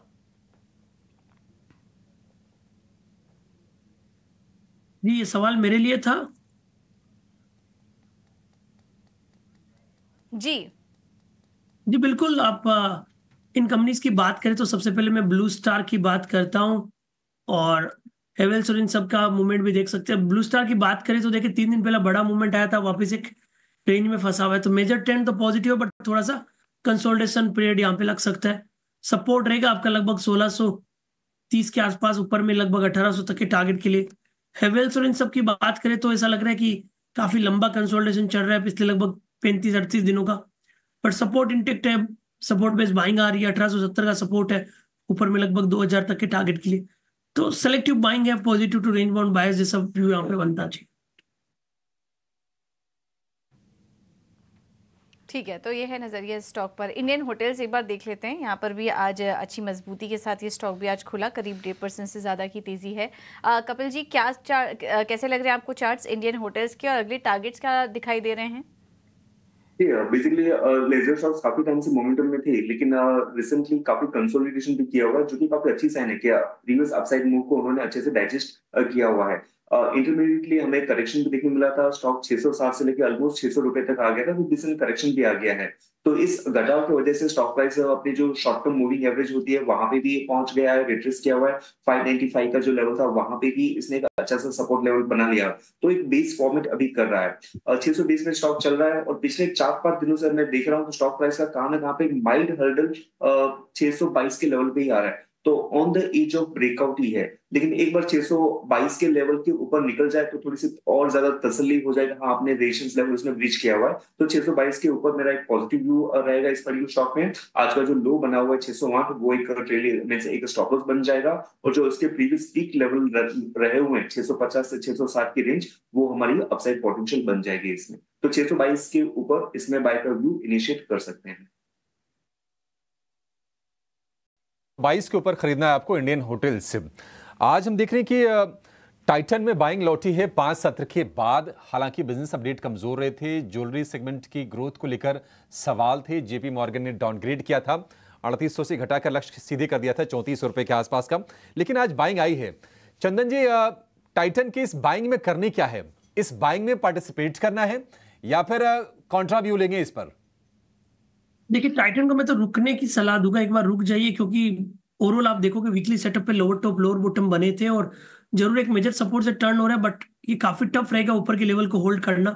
तो बाउंस आने दीजिए, उसके बाद देखेंगे इसको बेचना है या फिर अवॉइड करना है, बट एज ऑफ नाउ तो कोई ट्रेड सेटअप यहाँ पे नहीं बन रहा है। फिलहाल कोई ट्रेड नहीं बन रहा है टाइटन के शेयर में। कुछ और शेयरों का जरा रुख करते हैं। अंबर एंटरप्राइजेज, ये शेयर भी चल रहा है क्योंकि ये कंज्यूमर गुड्स होंगे, एलईडी होंगे, उसके लिए पीएलआई विंडो को बढ़ा दिया गया है, 12 अक्टूबर कर दिया गया है और इसके चलते हम देख रहे हैं कि यहाँ पर भी बाइंग आ रही है। अंबर एंटरप्राइजेज, चंदन जी आपसे ही व्यू चाहेंगे। थोड़े से बड़े साइज का शेयर हो गया है, ट्रेडर थोड़ा सा अवॉइड करते हैं ऐसे शेयरों को, लेकिन आप बताइए क्या करें? देखिए, अंबर की बात करें तो अंबर में मेजर ट्रेंड पॉजिटिव है। आज अच्छा खासा मूवमेंट था, बट ऊपर के लेवल से थोड़ा सा डिक्लाइन हुआ है। मेरे हिसाब से बाय ऑन डिक्लाइन कंटिन्यू रहेगा। 4400 के सपोर्ट है, ऊपर में 5000 के टारगेट के लिए। प्राइजेस को लेकर ये व्यू। एक शेयर जहां पर मुझे लग रहा है कि मोमेंटम थोड़ा सा बढ़ सकता है, वो है जीएमडीसी का। जीएमडीसी जरा कपिल आप चेक कीजिए, कैसा लग रहा है आपको शेयर ये? क्या इसमें तेजी करनी चाहिए? जी बिल्कुल, कल के दिन में हमें काफी अच्छा एक मूव देखने मिला था। काफी कंसोलिडेशन पैच के बाद में हाई टाइम फ्रेम स्ट्रक्चर देखते हैं तो काफी बढ़िया ऐसा सेटअप बना हुआ था। स्टॉक प्राइस 2012 से लेके 2023 यानी 10 साल का ब्रेकआउट दिया हुआ, और जब भी कोई स्टॉक इतने बड़े बड़े स्ट्रक्चरल ब्रेकआउट मीन्स बड़े बड़े रेंज का ब्रेकआउट देता है तो उसमें एक स्ट्रक्चरल चेंज भी पाया जाता है। तो स्टॉक प्राइस ने वहां से भी काफी ज्यादा ब्रेकआउट करके अभी थोड़े टाइम से रिट्रेस कूल ऑफ किया हुआ है और 2 दिन से फिर से एक मोमेंटम ऊपर में देखने मिल रही है। तो मुझे लग रहा है कि यहाँ पे और भी इजाफा हमें देखने मिल सकता है। 431 का लेवल है, अगर यहाँ पे हम शॉर्ट टर्म व्यू भी देखने मिलते हैं तो 452 तक की इसकी अपसाइड पोटेंशियल पॉसिबल है, क्योंकि यही एक लेवल है जहां पे काफी टाइम शॉर्ट टर्म में स्टॉक प्राइस ने रेजिस्टेंस फेस किया होता, तो वहां तक 453 तक मूव करना पॉसिबल है और यहाँ पे ज्यादा स्टॉप लॉस भी नहीं लेना होगा। और नीचे में अगर स्टॉप लॉस आज के लो का हम देखते हैं 426 425, तो एक आइडियल स्टॉप लॉस रहेगा और 452 तक इसको मोमेंटम एक्सपेक्ट कर रहे हैं। ठीक है, जीएमडीसी को लेकर ये व्यू। लेकिन आज आप चावल शेयरों को देखेंगे तो बाजार में अलग से चमक रहे हैं। केआरबीएल करीब 9% ऊपर, एलटी फूड्स 11% ऊपर, एक और कंपनी चमनलाल सेठिया ये भी देखिए 14% के आसपास की तेजी दिखा रही है। और खबर ये आ रही है कि सरकार चावल के एक्सपोर्ट में जो पाबंदी जो है उसमें कुछ कुछ राहत दे सकती है। पूरी खबर जरा समझ लेते हैं, हमारे सहयोगी विश्वमोहन कुमार जुड़ गए हैं। विश्वमोहन बताइए क्या खबरें हैं, क्यों ये जोश दिख रहा है चावल शेयरों में?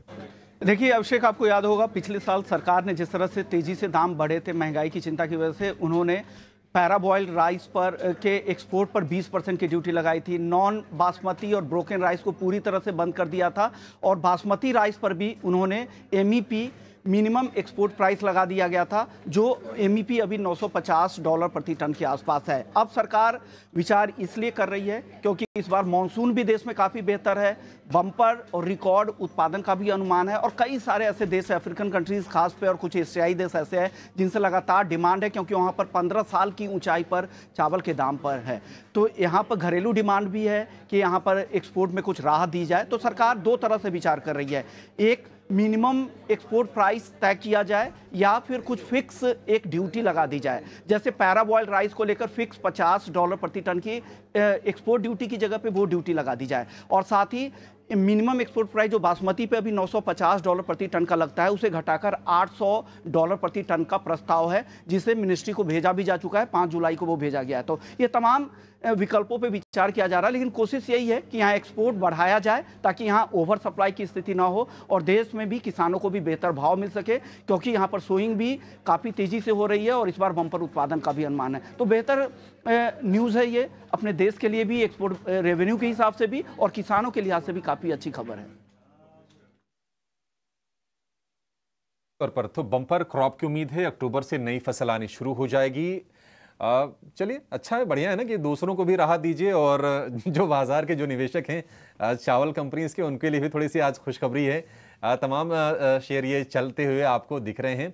तो चावल की कुछ वैरायटी को एक्सपोर्ट रिस्ट्रिक्शन से छूट देने पर विचार है, और पारबॉइल्ड राइस पर जो 20% की ड्यूटी है उसको भी हटाई जा सकती है। ऐसी खबरें निकल के आ रही हैं। अभी तक आधिकारिक ऐलान नहीं हुआ है, लेकिन ऐसी खबरें चर्चा में हैं। और देखिए, जोश आप देखिए, चावल स्टॉक्स का हरियाली कमाल की दिख रही है। राइस स्टॉक्स में चंदन जी, अगर आपसे पूछें, अब चूंकि बड़ी तेजी होगी, थोड़ा डर भी लगता है कि अच्छा इस लेवल पर रेकमेंड करके न्यूज के दम पर, क्योंकि कई बार क्या होता है, बाय ऑन रिमर्स होता है, सेल ऑन न्यूज हो जाता है। शायद राइस में भी यही हो जाए। कुछ सलाह देंगे, कहीं आपकी नजर जा रही है? बहुत अच्छा है, और चावल पे फोकस करना चाहिए, और चावल की खीर भी बनाई जा सकती है, और अच्छा खासा मोमेंटम यहाँ पे दिख रहा है। और अच्छी बात यह है कि सारे के सारे फर्टिलाइजर काउंटर में तेजी है, और साथ में इन अब राइस स्टॉक्स में तेजी देखने को मिल रही है। और अच्छी बात है, जोमेटो में भी नया ब्रेकआउट देखने को मिल रहा है। तो इन पूरे थीम पे फोकस करें। केआरबीएल की बात करें तो गैप अप ओपनिंग के बाद हल्का सा सॉफ्टनेस देखने को मिल रहा है। पॉजिटिव बायस बरकरार रहेगा। 328 का सपोर्ट है, ऊपर में 352 तक के टारगेट के लिए। इवन आप एलटी फूड की भी बात करें, जो कि दावत के नाम से जाना चाहते हैं, वहां पे गैप अप हुआ है, हल्का सा डिप आए लगभग 280-82 के आसपास, तो 275 के सपोर्ट से लेना चाहिए, ऊपर में 300 तक के टारगेट के लिए। इवन चमनलाल सेठी है, वहां पे भी पॉजिटिव हुआ है। तो सारे के सारे जो भी राइस रिलेटेड काउंटर है सब पे पॉजिटिव है। तो मेरा पूरा फोकस फर्टिलाइजर और राइस काउंटर पे, सब में अच्छा खासा मोमेंटम बनना चाहिए।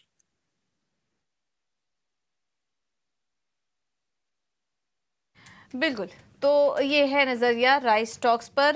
सभी काउंटर्स अच्छे लग रहे हैं, आप नज़र रख सकते हैं। 12% ऊपर चमनलाल सेठी इस वक्त कारोबार कर रहा है। बाजार पर नज़र डालें तो वापस से रिकॉर्ड लेवल्स बनाने की तैयारी में है। निफ्टी लाइफ टाइम हाई से बात करें तो केवल मात्र 22 अंक ही दूर रह गया है। 24,401 ये होगा आज का लाइफ टाइम हाई। और बैंक निफ्टी में भी अच्छी मजबूती इस पर देखने को मिल रही है। आज की तेज़ी को लीड कर रहे हैं ऑटो स्टॉक्स, फार्मा स्टॉक्स, और इसके अलावा हम देख रहे हैं कि चुनिंदा बैंकिंग स्टॉक्स में भी अच्छी बाइंग नज़र आ रही है। मारुति सुजुकी 4% ऊपर आ चुका है।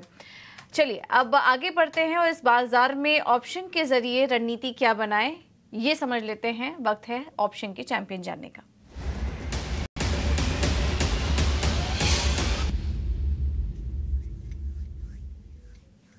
हमारे साथ कोटक सिक्योरिटीज से अमोल आठवले जी जुड़ चुके हैं। अमोल जी, थैंक यू सो मच समय देने के लिए। बताइए क्या रणनीति होगी आपकी तरफ से? जी नमस्ते एंड गुड मॉर्निंग। मुझे टाटा स्टील का जुलाई सीरीज का 180 का कॉल ऑप्शन अच्छा लग रहा है। 2.15 के आसपास मैंने पिक किया था, अभी शायद थोड़ा सा ऊपर है। टारगेट मुझे लग रहा है कि 4.20 तक आ सकते हैं पोजिशनल पॉइंट ऑफ व्यू से, और स्टॉप लॉस उसका रहेगा 1.45। मैक्स प्रॉफिट उसमें हो सकता है 11,000 का, और मैक्स लॉस उसमें हो सकता है 3850 का। इंटरेस्टिंग फॉर्मेशन है। 3 वीक का करेक्शन स्टॉक ने पूरा किया है। अभी 50 डे सिंपल मूविंग एवरेज के आसपास स्टॉक ट्रेड हो रहा है, और डबल बॉटम फॉर्मेशन है डेली चार्ट्स पे। मुझे लगता है कि यहाँ से अगर जो टेक्निकल सेटअप दिखा रहा है, अगर यहाँ से रिवर्सल होता है तो स्टॉक में आने वाले दिनों में अच्छा खासा टेक्निकल बाउंस बैक देखने को मिल सकता है।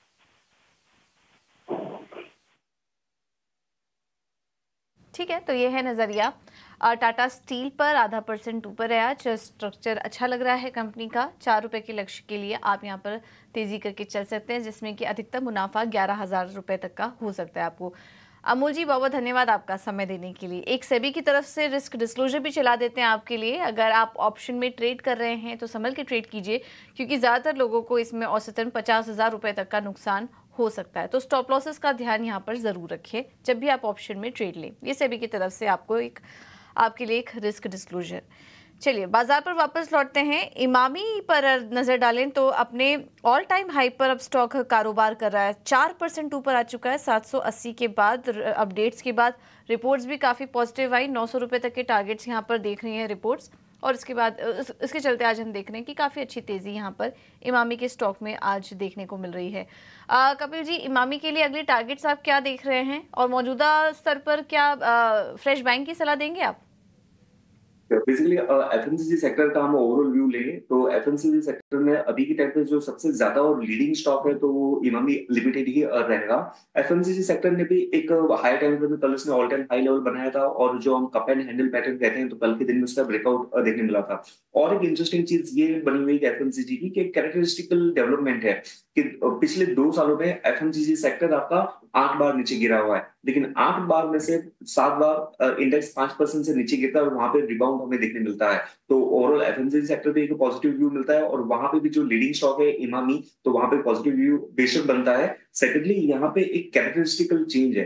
ये स्टॉक ने पिछले 2 महीने में जो डेवलपमेंट हुई है वो काफी इंपॉर्टेंट डेवलपमेंट है क्योंकि जो 2015 से स्टॉक प्राइस जो 670 का लेवल था जो रेजिस्टेंस फेस करता आया हुआ था वहां का ब्रेकआउट है। तो ये स्टॉक अभी एक स्ट्रक्चरल पॉजिटिव मूव में आ गया है।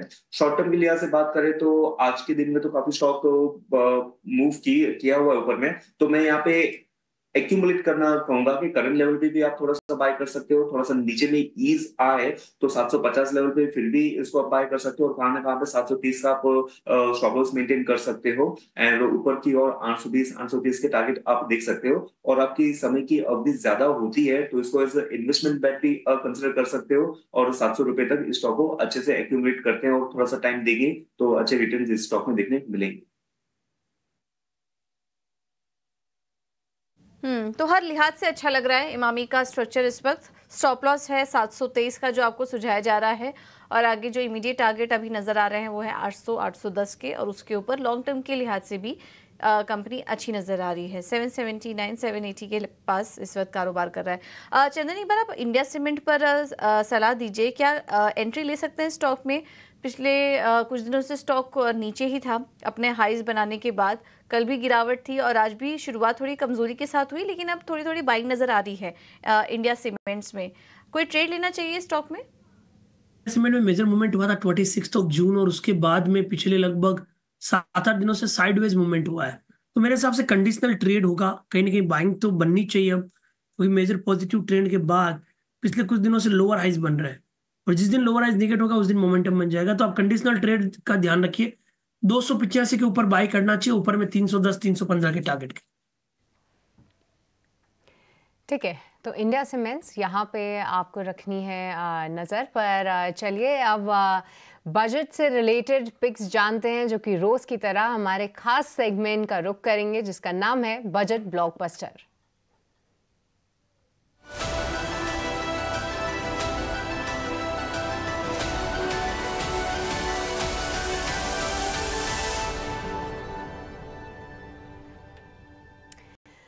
चलिए बजट पेश होने से चंद दिन पहले बजट को ध्यान में रखते हुए कौन से शेयरों में हैं कमाई के मौके, ये समझेंगे हमारे आज के एक्सपर्ट से। और आज आपको बजट ब्लॉकबस्टर की पिक बताने के लिए हमारे साथ हमारे एक्सपर्ट भी जुड़ चुके हैं। आइए उनसे समझते हैं कहाँ पे हैं आज के कमाई के मौके। हमारे साथ देवर्ष वकील मौजूद हैं। देवेश, बहुत बहुत स्वागत है आपका इचिना स्वदेश पे। बताइए बजट को ध्यान में रखते हुए कहाँ पे है आपकी स्टॉक कॉल? हाँ, तो मेरा जो ये पिक है स्टार हेल्थ इंश्योरेंस, ये बजट / इसको आप पॉलिसी पिक कह सकते हो। रेगुलेटरी और गवर्नमेंट की पॉलिसीज के साथ है। सारी अनाउंसमेंट बजट में नहीं आएगी, पर बजट के आसपास हमारा एक्सपेक्टेशन है कि गवर्नमेंट का फोकस रहेगा। ये जो मोदी 3.0 है या तो ये जो नई एनडीए की सरकार है, हमें लगता है कि उनका काफी कुछ फोकस हेल्थ इंश्योरेंस पे रहेगा। यूनिवर्सल हेल्थ जो हमारा एक टारगेट है उसके बेसिस पे रहेगा। तो वहाँ पे बजट पे भी आ सकता है कि थोड़ी जो हमें इंश्योरेंस में छूट मिलती है, इंश्योरेंस में जो टैक्सेस है वहाँ पे छूट आ सकती है। आगे जो टैक्स एग्जेम्पशंस हैं वो भी आ सकते हैं। ओवरऑल मैं जो ये पिक कर रहा हूँ वो वैल्यू पिक होते हैं जो लॉन्ग टर्म के लिए इन्वेस्टमेंट करते हैं। अगर पॉलिसी का सपोर्ट मिले तो तुरंत इन्वेस्टमेंट में हमें गेन मिलता है, नहीं भी आए तो भी हमारे जो लॉन्ग टर्म इन्वेस्टमेंट के जो पोर्टफोलियो है उसमें ये अच्छी पिक है। स्टार हेल्थ इंश्योरेंस दिसंबर 2021 में आईपीओ आया था, 900 रुपए के आसपास आईपीओ आया था। आज भी कई सारे स्टॉक्स के आईपीओ से बहुत ऊपर चले गए हैं, पर कई सारे पॉलिसी और बिजनेस के हेडविंड्स के कारण आज भी ये 570 के आसपास ट्रेड कर रहा है, तो ऑलमोस्ट अपने आईपीओ प्राइस से काफी नीचे ट्रेड कर रहा है।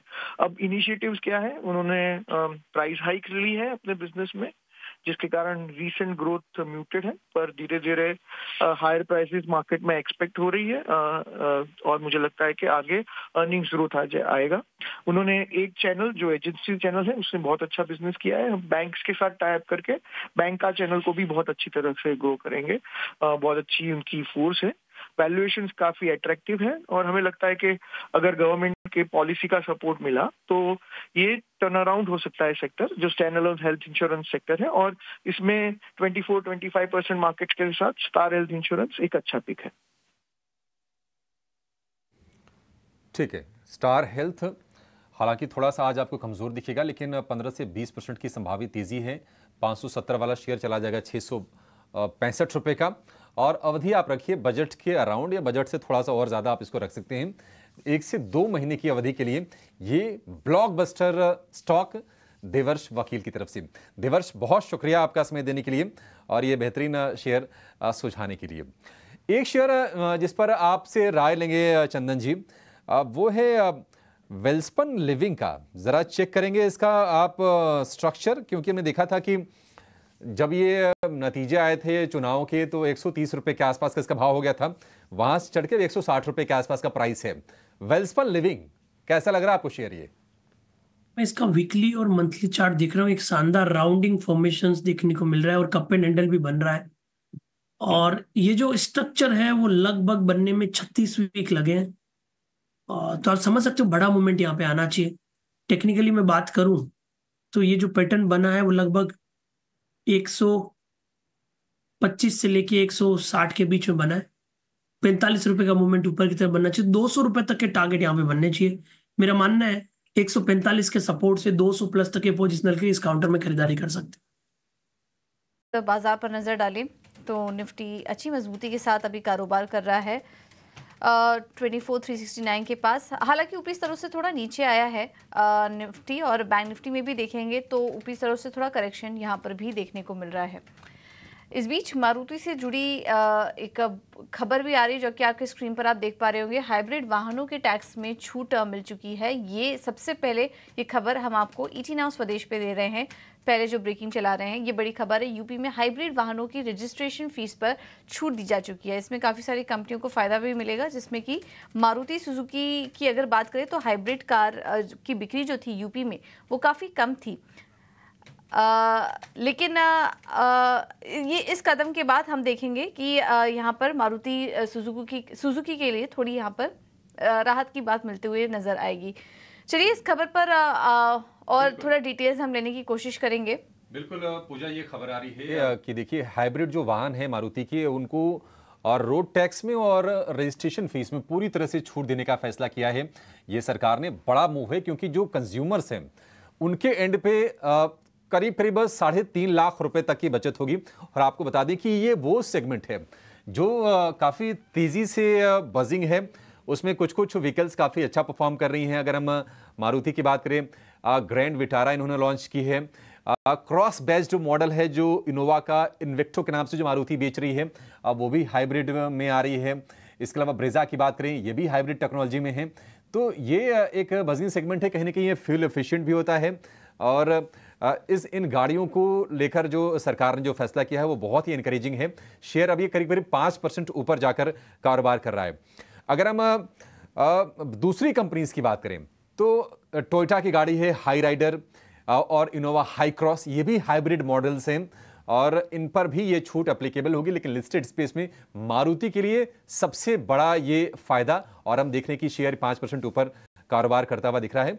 रजिस्ट्रेशन फीस और road tax completely wave of, मतलब इस तरह का मूव पूजा हमने हाल फिलहाल देखा नहीं है, मतलब किसी स्टेट गवर्नमेंट की तरफ से कि इतना बड़ा वेवर दे दे किसी कंपनी के लिए या फिर किसी सेगमेंट के लिए। बिल्कुल बड़ी खबर है यहाँ पर मारुति सुजुकी के लिए स्पेशली, क्योंकि हम देख रहे हैं कि जो डेटा है हमारे पास FY24 में मात्र 1000 हाइब्रिड कार्स ही मारुति बेच पाई थी अगर यूपी की बात करें तो, और उसमें कुल भारत में 16,000 गाड़ियों की बिक्री हुई थी। उसके सामने यूपी में देखिए मारुति केवल 1000 हाइब्रिड कार्स की ही बिक्री कर पाई थी। तो एक बड़ा कदम है यहाँ पर यूपी सरकार की तरफ से जो लिया गया है। रोड टैक्स पे 100% छूट है, और इसके अलावा जी रजिस्ट्रेशन जी कि जो 10 लाख से कम गाड़ियां हैं, हालांकि उस कैटेगरी में बहुत कम ही गाड़ियां फिट होती हैं 10 लाख से कम वाले में, लेकिन 8% का रोड टैक्स है।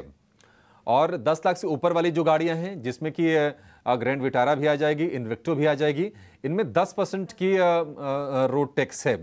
तो ये कहीं ना कहीं कॉस्ट में ऐड करता है 10%, यानी कि एक बिग रिलीफ कंज्यूमर के लिए। निश्चित तौर पर सेल्स को पुश करने में मारुति के लिए काफी मददगार होगा। और कहीं ना कहीं यूपी जैसे स्टेट में जहां पर M&M का पेनिट्रेशन काफी ज्यादा है, अगर हम SUV मार्केट की बात करें तो वहां पर M&M का दबदबा है अपनी तमाम मॉडल्स के जरिए, चाहे वो स्कॉर्पियो हो, XUV 500, XUV 700 हो, या फिर बोलेरो नियो हो, ये तमाम जो वेरिएंट्स M&M के लिए अच्छा करते हैं।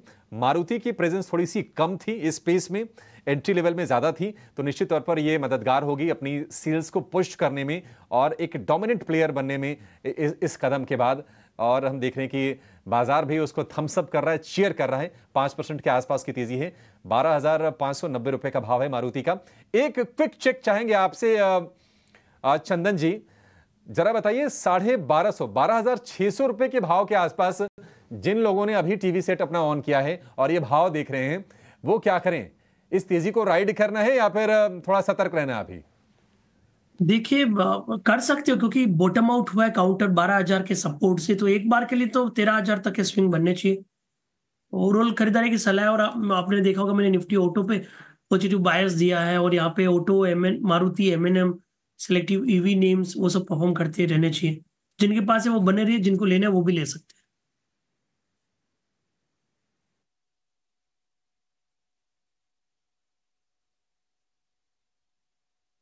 चलिए, मारुति पर ये व्यू हो गया। निश्चित तौर पर कंज्यूमर के लिहाज से भी अच्छी खबर और मारुति के शेयर धारकों के लिए भी बढ़िया खबर।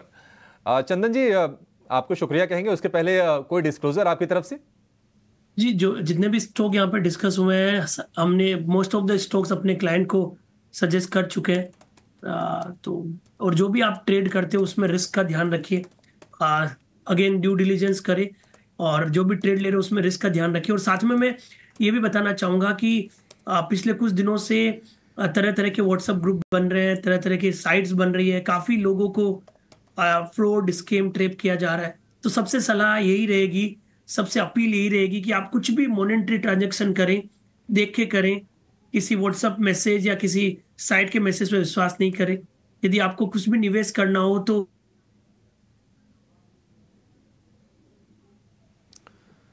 ठीक है, ठीक है। चंदन जी से संपर्क शायद हमारा टूट गया है, लेकिन डिस्क्लोजर हम ले चुके हैं। कपिल, आपका कोई डिस्क्लोजर?